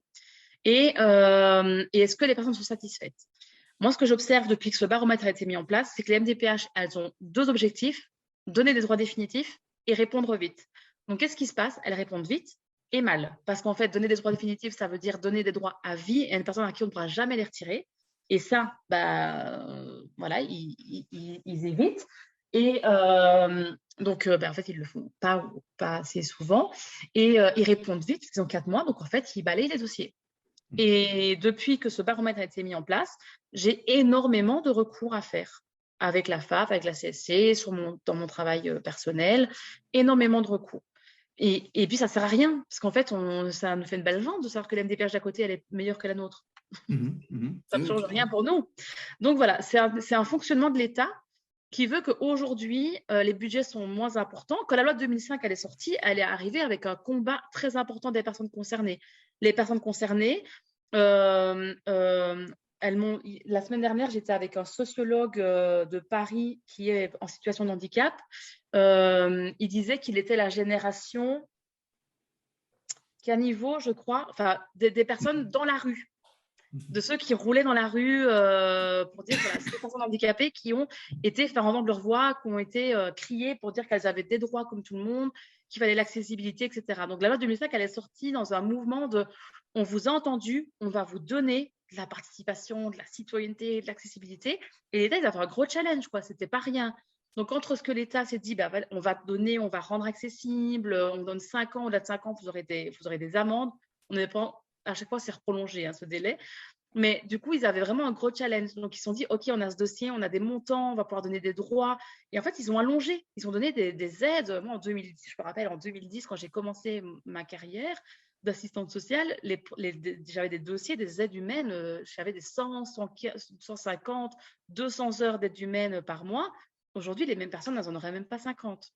Donc, ça a allongé. Et maintenant, ils font, on a peut-être été un peu trop généreux. On va peut-être se calmer. D'ailleurs, avant, il y avait des fonds de compensation dans tous les départements. Maintenant, il y a des départements qui n'ont même plus de fonds de compensation. Le fonds de compensation, c'est le fonds qu'on peut aller chercher. Si vous faites une demande à la MDPH et qu'elle ne vous a pas tout donné, du coup, ça me permet d'en parler. Si vous demandez un fauteuil et que la MDPH vous dit « OK, mais je vous donne que 500 sur un fauteuil qui coûte 1000 », vous pouvez aller réclamer les 500 auprès du fonds de compensation. Mais il y a des départements où il n'y en a plus. Voilà. Donc, il faut prendre conscience de ça pour comprendre dans quelle dynamique se gèrent les MDPH aujourd'hui. Il faut surtout qu'on retienne, donc il faut vraiment, entre guillemets, se battre et aller chercher tout ce que l'on peut, quoi. Oui. Je ne sais pas, parmi les gens qui sont présents, on a d'autres remarques, peut-être des situations personnelles qui pourraient être, on va dire, d'intérêt général. J'ai une question. Quand on a dépensé une partie de l'enveloppe accordée et que, mettons, 2 ans après, on a un nouveau besoin, est-ce qu'il faut refaire un dossier complet ou est-ce qu'on peut simplement écrire et envoyer des devis? Eh bien, la loi, le fonctionnement dit qu'il faut refaire un dossier complet pour chaque demande, mais il y a des départements qui fonctionnent avec juste un courrier simple. Je ne saurais pas dire lesquels parce que vraiment, les fois où on m'a dit ça, j'étais très étonnée. Et je ne sais pas si ça a fonctionné pour les personnes qui l'ont fait. Mais pour moi, il faut systématiquement faire un dossier. Je trouverais très étrange que l'MDPH statue sur un droit avec juste un courrier simple. D'accord, merci. J'aurais aimé savoir si en cas de déménagement, les aides qui ont été attribuées dans un département vont suivre dans l'autre département. Là, je suis en train de faire des demandes pour mon fils dans le 83 et normalement, il part faire ses études dans le 06 à la rentrée, mais je n'ai pas voulu attendre la rentrée parce que les dossiers sont tellement longs à instruire que je n'ai pas voulu attendre. Il va déménager dans un logement où il sera domicilié là-bas ou il est dans une résidence étudiante? Je pense qu'il sera domicilié là-bas. Ok. Moi, je vous conseille de faire le changement de déménagement le jour où il sera bien installé et que tous ces dossiers d'avant seront bouclés. D'accord. Parce que normalement, ça suit. Normalement, ça s'est su. C'est-à-dire qu'une MDPH qui a validé quelque chose, c'est valable au niveau national. Donc, si une MDPH valide, si elle valide une rampe d'accès, si vous changez de logement, la rampe d'accès, si elle n'a plus besoin, la nouvelle MDPH peut dire attendez, on va venir voir si déjà vous avez toujours besoin d'une rampe d'accès. Oui, tiens, je suis en atelier. Elle a le don pour me couper la caméra et le micro en plus quand elle passe sur le clavier. Normalement, ça suit. mais c'est pas toujours simple, surtout entre le 83 et le 06, qui sont deux départements qui fonctionnent diamétralement opposés. Donc, le plus généreux, ce sera le 83? Je crois que c'est le 83 qui fonctionne bien. Je sais qu'en tout cas, entre les 83 et le 06, il y en a un des deux qui fonctionne super, et j'ai en tête le 83 et le 06 un peu moins bien. Mais ce n'est pas les pires. D'accord. Donc, non, mais en attendant, je peux dire qu'il fait les trajets entre mon domicile et son lieu d'études en septembre. Oui, enfin, oui, je oui. suis pas obligée de Oui, dire oui. tout de suite qu'il y a un déménagement, mais il n'y en a certainement pas un tout de suite. Oui. Vaut De mieux toute façon, il peut rester domicilié il part à son domicile principal chez vous. Oui, alors après, C'est ça pas un dépend si problème. je peux demander l'allocation adulte handicapé. Il faut qu'il ait une autonomie au niveau des allocations. Et je crois qu'il faut qu'il ait des allocations logement. Donc, à ce moment-là, il faudrait peut-être qu'il… Ce serait super avantageux pour lui qu'il ait en effet des allocations logement, parce que en débloquant l'allocation logement, l'AH, il l'aura, même s'il vit avec vous, ça ne changera pas. Il pourra avoir l'allocation taux plein. Il a 18 ans, donc il n'a pas 20 ans encore. Ah, alors ça peut, en dérogation, ça se demande à partir de 18 ans. Oui, c'est ça. Ça s'obtient. Mais s'il est en effet domicilié là-bas et qu'il débloque des appels, il aura la majoration vie autonome en plus, donc il aura 104,77 € en plus, donc ça fera 1 000 €. Donc en effet, ce sera plus avantageux pour lui d'être déclaré là-bas. Mais moi, je serais vous, j'attendrai que le dossier en cours soit bouclé pour demander après là-bas. De toute façon, la MDPH actuelle va continuer pour 3 mois et la MDPH là-bas prend le relais à ce moment-là. Mais il y a souvent des couacs. Donc, il faut juste anticiper que vous allez peut-être avoir 1 ou 2 mois sans rien. D'accord. Merci. De rien. Moi, j'avais une question, Oui. Stéphie, parce que je me suis fait installer un rail et il y a une ligne budgétaire pour le rail lui-même et une autre ligne budgétaire pour le harnais, par exemple. Ouais. Et je n'ai pas trop compris la différence. Est-ce que, après, tout ce qui va être barre pour la douche, ça va être dans la catégorie harnais ou dans la catégorie rail? Tout ce qui est enfoncé dans un mur qu'on ne peut pas bouger en tirant dessus est de l'aménagement du logement. Et tout ce qui se bouge est de l'aide technique. Donc, le boîtier de lève-personne sera de l'aide technique. Le rail et les barres seront de l'aménagement de logement. Et les techniques, c'est quoi les montants de la technique? 13 200 € tous les 10 ans. D'accord. Voilà. Et l'entretien du lève-personne, tous les ans, là, c'est compris dans la charge spécifique. Donc, il faudra bien penser à demander un devis au fournisseur pour l'entretien et le mettre dans le dossier pour qu'il statue déjà sur cet entretien régulier. Par exemple, là, je me suis fait installer un ascenseur aussi. Oui. Et donc, ça, c'est l'aide spécifique. L'ascenseur, ça sera de la maintenance de l'ascenseur. La maintenance de l'ascenseur sera de l'aide, ce sera la charge spécifique ou exceptionnelle. Et la maintenance, tout ce qui est entretien, ça ne rentre ni dans l'aménagement du logement, ni dans l'aide technique. Donc, ça va être soit de l'aide exceptionnelle, si c'est une maintenance annuelle avec un montant assez conséquent, c'est de l'aide exceptionnelle, c'est la charge exceptionnelle. Si c'est une maintenance qui vient tous les mois, voir si ça va, ce sera de la charge spécifique. Mais ça, c'est l'MDPH qui saura. Il faut juste leur envoyer un devis en disant j'ai la maintenance de l'ascenseur avec ce devis tous les X temps. J'ai l'entretien du lève-personne, donc du boîtier qui s'accrochera au rail. Et c'est eux après qui verront dans quelle case ils la mettent pour que ce soit plus avantageux pour vous.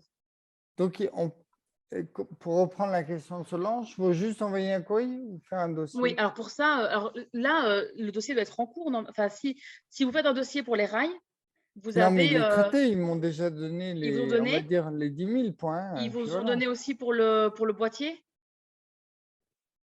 Ils n'ont pas distingué le boîtier, non. Ils ont distingué le harnais. OK. Et après, ils ont distingué le rail et l'ascenseur, et qui est inclus dans les 10 000, quoi. J'aurais tendance à faire un dossier parce que c'est une nouvelle demande, c'est une demande de remboursement des maintenances. Mais est-ce qu'il l'avait pris en considération dans le premier dossier? Non. Est-ce que vous avez dans votre département des gestionnaires accessibles individuellement? Est-ce que vous avez un contact référent unique? le mail de quelqu'un qui suit votre dossier depuis toujours, c'est la même personne depuis un moment. Pour la PCH, oui. Oui, et ben écrivez à cette personne, demandez-lui D'accord. s'il faut un dossier complet ou juste un courrier simple.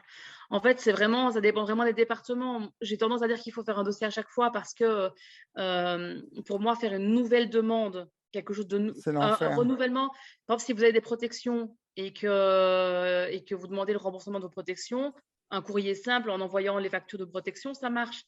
Mais si c'est une nouvelle demande sur un nouvel item, ça me semble compliqué.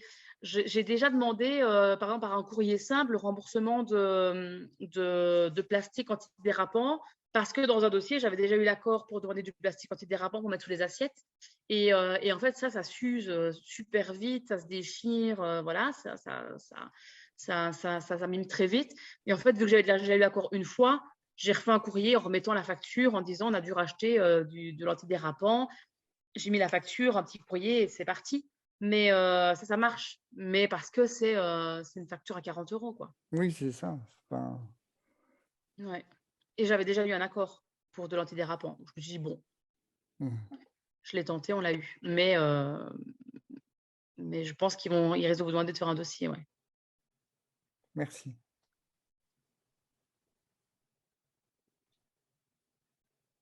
Est-ce que vous avez d'autres questions? Par rapport aux différents types d'aides qui sont données, la force de votre expérience, est-ce qu'il y a des domaines qui sont, on va dire, plus souples que d'autres? Sous-entendu, on privilégie certains types d'aides par rapport à d'autres. Est-ce qu'on privilégie plus l'aide au logement par rapport à l'aide technique, par rapport à votre expérience? Oui. Ça va se jouer dans le dossier qui est monté. Clairement, j'ai déjà obtenu 22 000 € pour un fauteuil parce que j'avais justifié que c'était une jeune fille de 22 ans qui avait besoin d'un fauteuil verticalisateur, qui avait besoin d'un fauteuil sur lequel elle peut se coucher pour se reposer, que ce n'était pas une mamie, qu'elle n'avait pas envie de faire une sieste à 14 heures. Je fais des siestes à 14 heures, mais je fais le 3 argument. Et qu'en fait, elle voulait sortir, qu'elle voulait pouvoir aller au centre commercial l'après-midi et qu'elle voulait pouvoir se reposer au centre commercial et s'allonger quand elle prend un café. Donc, j'avais fait un énorme rapport social qui justifiait que le fauteuil qu'elle avait, ça lui permettrait vraiment l'autonomie, qu'il était adapté. J'avais un compte-rendu de l'ergothérapeute, j'avais un compte-rendu du médecin de médecine physique qui justifiait que c'était le bon fauteuil.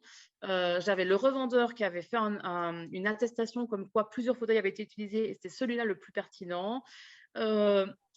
J'avais un accord de prise en charge de la mutuelle en amont.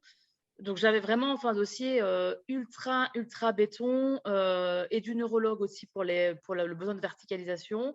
Donc, vraiment, c'est un dossier ultra béton, quoi. Et là, j'avais eu tout.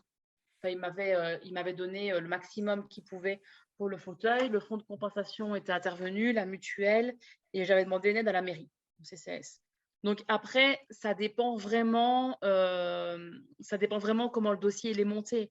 J'ai des appartements ou des maisons 100% adaptés, ça se trouve parce qu'à un moment donné, si on leur donne tous les bons éléments, ils ne peuvent pas trop aller contre, quoi. Donc, ouais. Ma question était de savoir, par exemple, est-ce qu'au niveau des départements, le budget justement sur cette prestation de compensation est réparti en pourcentage entre l'aide technique, l'aide au logement, l'aide au transport, l'aide animalière? C'est-à-dire, est-ce qu'il y a un domaine qui peut éventuellement être privilégié pour des raisons que je ne connaîtrais pas forcément, mais est-ce que vous avez écho de choses comme ça ou pas du tout? Non, vraiment aucune idée. Non, aucune idée. L'aide animalière est très peu demandée. Ça, je sais que c'est assez rare parce qu'on imagine que le chien, c'est un chien d'aveugle, alors qu'en fait, les chiens d'assistance sont aussi pris en compte. Et ça, ouais, il n'y en a pas souvent. Il y a un délai d'attente aussi pour son chien, ce qui fait que parfois, on se dit, oh là là, c'est pour lancer un projet. Alors, le chien, dans 2 ans, c'est long. Mais non, je pense, j'ai pas en tête d'aide plus facile qu'une autre à obtenir.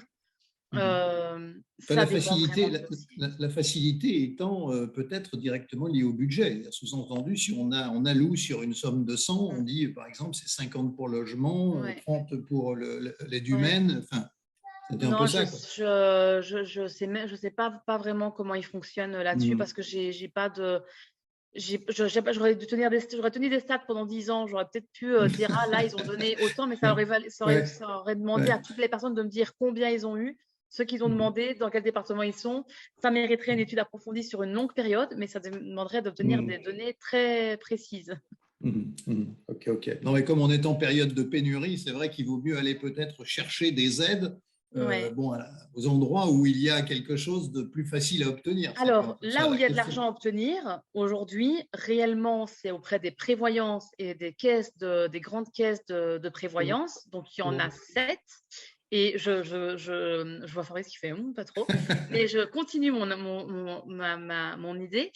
Aujourd'hui, ce qui est à la mode, c'est les aidants. Donc, aujourd'hui, les aidants, c'est la mode d'aujourd'hui. Les aidants, on allonge. J'ai reçu en un mois 3 appels à projets pour monter des projets aidants sur mon travail. Donc, il y en a un auquel j'ai répondu et puis 2 auxquels je ne répondrai pas. Mais aujourd'hui, là où il y a de l'argent, c'est auprès des aidants.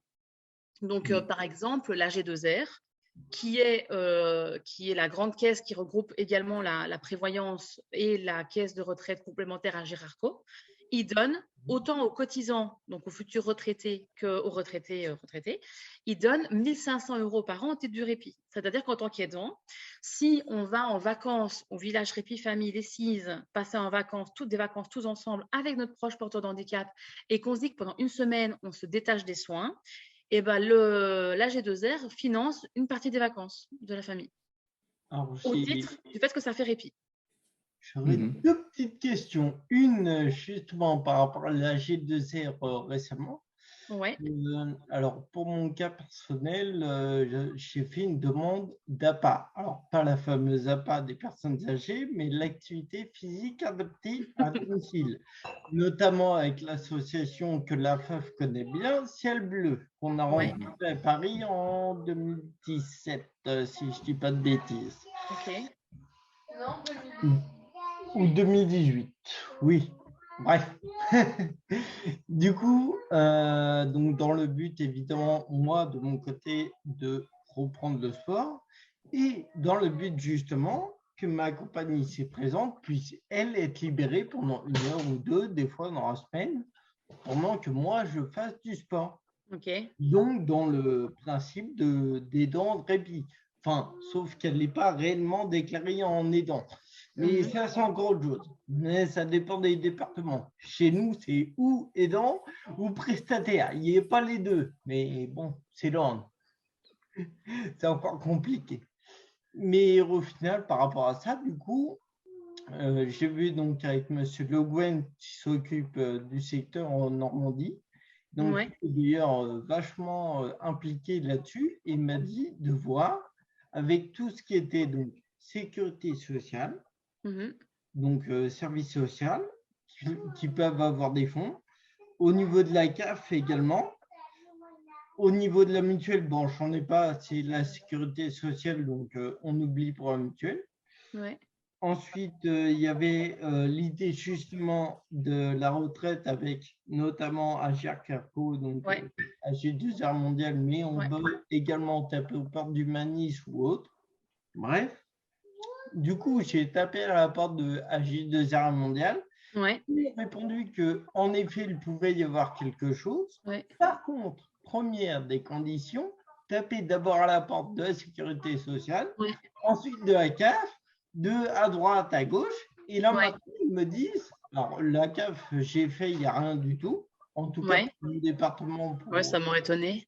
Ma situation personnelle. Ils ne s'occupent pas de ça, eux, c'est des gosses, sûrement. C'est déjà bien. Du coup, voilà, la CAF, il n'y a rien du tout. Au niveau de la sécurité sociale, j'ai rendez-vous vendredi prochain, donc je vous tiendrai au courant avec le service social. Donc, affaire à suivre. Peut-être qu'il y a, peut-être pas, je ne sais pas. Je vous dirai. Et au final, donc, j'ai renvoyé un mail à G2R mondial comme quoi j'avais eu un refus au niveau de la CAF. Ils m'ont dit OK, très bien. Maintenant, solliciter la MDPH et le conseil départemental. Ouais, c'est bizarre. Alors, à mon avis, Ouais, à mon avis, parce que moi, je le fais tout le temps, vu que c'est vu que je travaille avec les aidants aujourd'hui, solliciter la G2R, c'est vraiment mon quotidien. Ils m'ont jamais rien demandé comme justificatif, mais je pense que ce qui les perturbe, c'est le fait que c'est de l'APA pour du répit. Et en fait, ils se disent, c'est de faire financer de l'APA, soi-disant titre de répit. Parce qu'en fait, quand je dis qu'aujourd'hui, il y a de l'argent à aller chercher à ce niveau-là, moi, je fais appel à un service prestataire, je leur demande un devis de 4 heures par semaine d'aide à domicile et je demande à la G2R ou à la Gérarco un budget pour financer ces 4 heures à domicile pour que les dents puissent se libérer. Et ça, j'obtiens systématiquement un accord, que ça soit de la G2R, de la Piscile, d'April, de Malakoff, du Manis, de toutes ces grandes caisses. Et j'obtiens aussi le remboursement des séjours à la maison de répit et le remboursement dans des lieux de vacances dédiés répit, qui sont reconnus par ces organismes, donc comme Vercors Terre de Répit, les villages Répit Famille, la ferme des Bobos à Lille. Voilà, là, on obtient des aides. Je pense que là où c'est alambiqué, c'est la même chose qu'une famille que j'ai eue ce matin qui me dit on est parti en vacances à Barcelone pour que notre fils il ait de la rééducation intensive avec un mode de rééducation spécifique de Barcelone, une clinique spécialisée, tout ça. On a fait des demandes de partout, on a eu des refus de partout. Parce qu'en fait, ils n'ont pas assimilé le séjour à Barcelone comme des séjours de vacances, ils ont assimilé le séjour à Barcelone comme du soin fait dans un autre pays. Et si ce n'est pas du soin justifié, alors c'est-à-dire que la kiné en France, c'est justifié, s'il avait pris un kiné classique à Barcelone, ça aurait fonctionné, mais vu qu'il est allé chercher des séances de kiné dans une clinique spécialisée pour la rééducation de je ne sais plus quoi, eh ben, il a eu 0 € de prise en charge. Je pense que le côté alambiqué de la demande de se dire je vais faire de l'APA et puis je vais dire que si je suis en APA, du coup, ma compagne qui est aidante, elle a du répit, ça se justifie. Moi, à mes yeux, je trouve ça génial et puis je trouve ça très justifiable. Mais je pense que eux, ils vont la G2R, ils vont dire oh, non, vous faites de l'APA, votre femme, elle fait ce qu'elle veut. Mais voilà. Il y a ça aussi. Ils ont du pognon. Ils ont vraiment beaucoup d'argent. Une heure à domicile, ça coûte entre guillemets déjà assez cher. 22, 25, 30, tout dépend des assos en France. Ouais. Mais l'APA à domicile, j'ai eu le devis, c'est comme 70 € pour une heure. Ouais, mais je pense pas que c'est une question d'argent, je pense que c'est une question de rentrer dans les cases parce qu'ils ont vraiment beaucoup d'argent. Hein. Là, Oui, ils ont des appels à projets avec des millions qui débloquent, donc je pense que c'est vraiment une question de rentrer dans les cases. Ce que tu oublies de préciser quand même que Julien t'a dit qu'ils étaient partenaires avec AG. Qu'ils étaient partenaires avec eux. Oui. Donc, heureusement qu'ils sont partenaires. Mais comment c'est possible que s'ils sont partenaires en tant que prestation APA, ils répondent ça? S'ils sont partenaires, ça veut dire qu'ils ont déjà financé. Oui, mais ils cherchent. Ouais. Comme ça, au moins, ça traîne. Et si j'abandonne, il n'y a pas de fonds versés. C'est ça. Ah ben ça, c'est le fonctionnement des associations actives. La France. L'objectif, c'est de faire abandonner. Et ils y arrivent parfois. Bah oui. Même souvent, à mon avis. Ouais. Mais bon. Donc ça, c'était par rapport à ça parce que tu es venu à parler de ça. Sinon, j'avais une deuxième question au niveau technique. J'ai fait donc financer le bras pour monter mon fauteuil électrique dans ma voiture. J'ai fait la demande à la MDPH en juin, pas l'année d'avant, mais l'autre d'avant, donc 2020, et j'avais eu l'accord pour septembre 2021. Donc, mon bras, à ce jour, n'a toujours pas 12 mois calendaire. Il a cédé, l'accord a cédé une première fois en février cette année et vient à nouveau de recéder une seconde fois au mois de mai. Actuellement, j'ai rendez-vous la semaine prochaine pour remettre un cordage, en sachant que le revendeur était à 1 heure de la maison. Donc déjà, il n'y a pas forcément de dédommagement financier par rapport à l'essence pour aller là-bas, au prix de l'essence aujourd'hui. Et secondement, alors pas le revendeur qui installe le matériel, mais le fournisseur lui-même, au départ, ne voulait pas prendre en charge financièrement en fait ce coût de réparer en fait le matériel.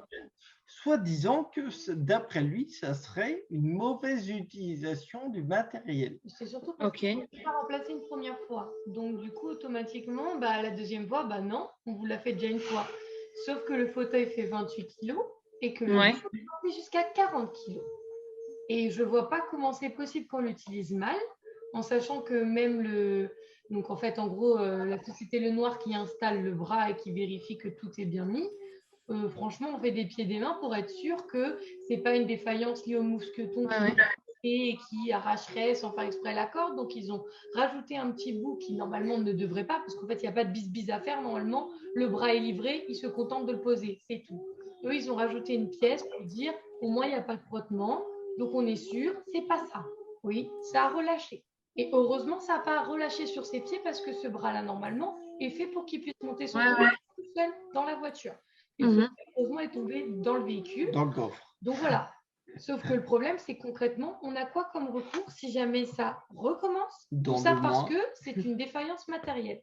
Parce que pour moi, vu comment la corde, entre guillemets, c'est cédé, vu l'état du matériel et la façon dont ça s'est passé, pour moi, c'est une défaillance matérielle, c'est de la publicité mensongère. On ne peut pas lever 30 kilos. Et 40 surtout quand on fait même 10 kilos d'écart. Je dirais, on serait au taquet, en fait, à 38. Je dirais, bon, ok, d'accord, on est au taquet du poids que ça peut lever, donc ok. Mais là, il y a 11 kilos parce que c'est 28. Donc, il y a 11 kilos d'écart par rapport au poids maximum. Et en fait, la corde, concrètement, 2 fois en même pas un an, c'est pas possible, quoi. Il n'y a que ce dispositif-là. C'est-à-dire que là, il va te donner la même corde. Donc, en fait, c'est un cercle qui va continuer. Je vous conseille de vous orienter vers le France Info Santé Droit, parce que c'est des juristes et ils pourront vous dire ce que vous avez droit en tant que consommateur, parce que là, pour moi, c'est un problème de consommateur. Au-delà de la MDPH, après, vous pouvez toujours écrire à la MDPH pour leur dire voilà ce qui nous arrive et on se sent un peu démuni par rapport à ça. Mais là, tout de suite, je n'ai pas d'autre idée à part écrire à France Info Santé Droit pour savoir si un juriste peut vous dire en termes de consommateur vous pouvez attaquer, parce que vu le montant de cette installation des bras, vous avez peut-être un droit en termes de consommateur, quoi. Mais je ne vois pas autrement que ça. Ok, bien. Je ne sais pas s'il y a d'autres questions sur le sujet. J'aurais une question. Est-ce qu'avec la PCH, on peut avoir une aide pour aller en cure thermale? Non.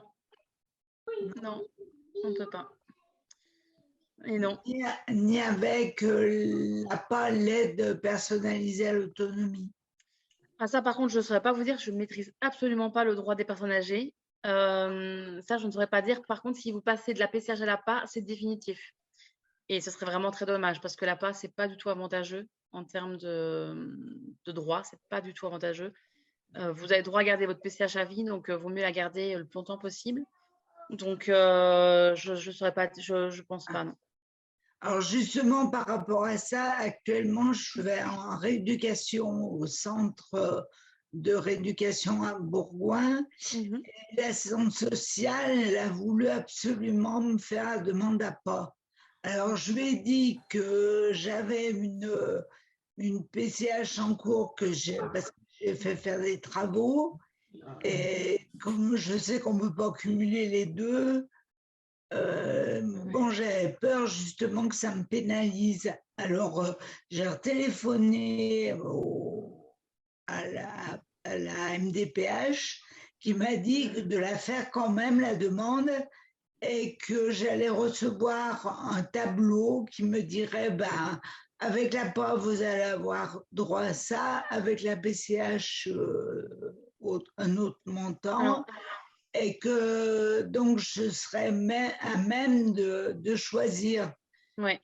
Quand j'aurai reçu ça, est-ce que je pourrais par exemple avoir votre aide pour m'aider à la décision? Alors, je vais vous répondre aux deux choses. Vous pouvez en effet demander un droit de comparatif. Comme l'ancienne RCTP, on peut toujours demander un droit à la comparaison, mais il faut bien le demander. Il faut demander un droit d'option. Par contre, pour vous convaincre de ne pas passer à l'APA, c'est que l'allocation personnalisée d'autonomie, c'est une aide donnée par le Conseil général au même titre que l'aide sociale, et cette aide, elle est récupérable sur succession. C'est-à-dire qu'en fait, si vous avez des enfants, vous avez un entourage, l'État va venir se rembourser de l'APA qu'ils vont vous verser. C'est un prêt, en fait, l'APA. Alors que la PCH, ça ne l'est pas du tout. Donc, sachez que si vous demandez l'APA, c'est récupérable sur succession. Et la deuxième chose, c'est que l'APA, elle est en fonction de vos ressources. C'est-à-dire que si l'APA, par exemple, je vous donne un exemple, on vous dit, en fonction de votre GIR, on va vous donner 200 € par mois.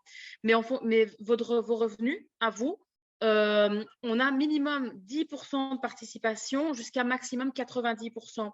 C'est-à-dire que l'APA, même si vous avez un minimum vieillesse ou une AH de 900 €, l'APA, vous devrez quand même mettre 10%. Donc, s'il vous donne 200, vous devrez mettre de votre poche 20. Et si vous ne mettez pas les 20 € de votre poche, il ne vous donne pas l'APA. Si on vous donne 1000 € d'APA et que vous avez des revenus assez élevés, ils peuvent vous dire jusqu'à 20, 25, 30% de participation. Donc, pour avoir les 1000, il faudra mettre 300 € de votre poche. Et ça, c'est obligatoire. Il y a minimum 10%, maximum 90% de participation. Et ils prennent en compte les ressources du foyer et c'est récupérable sur succession. Donc, vraiment, pour moi, il n'y a pas photo. Il ne faut absolument pas aller demander l'APA. Absolument pas. Ça va faire peur. Pour moi, ce serait vraiment pas le top de faire ça. Mais bon, après, vous avez le droit de faire un droit d'option. Et pour la question, est-ce que je pourrais vous aider? Alors, moi, je vais quitter mes fonctions d'assistante sociale tout court. Je vais arrêter d'être assistante sociale. Donc là, je le suis jusqu'au 27 juillet. Et après, je vais prendre un poste de chef de projet à l'APF France Handicap. Donc, je vais pouvoir monter des projets au niveau de l'Auvergne-Rhône-Alpes. Merci. Donc, je suis en effet très contente parce que j'ai repris des études et c'est pour moi une belle évolution parce que j'ai toujours voulu monter des projets, être chef de projet, c'est plutôt sympa. Donc, je ne serai plus assistante sociale, mais je vais être remplacée, c'est certain. Donc, vous pourrez toujours appeler la permanence pour demander un avis. Et puis, je pense que vous aurez des très bons retours sur la page Facebook de l'association parce que les mieux placés, ce sont les personnes concernées. Et je pense que si vous posez une question de ce style-là, vous aurez des retours qui vous permettront de prendre un avis éclairé. Mais moi, je n'irai pas. Alors, je ne comprends pas que l'assistante sociale du centre de rééducation n'ait pas le même langage que vous.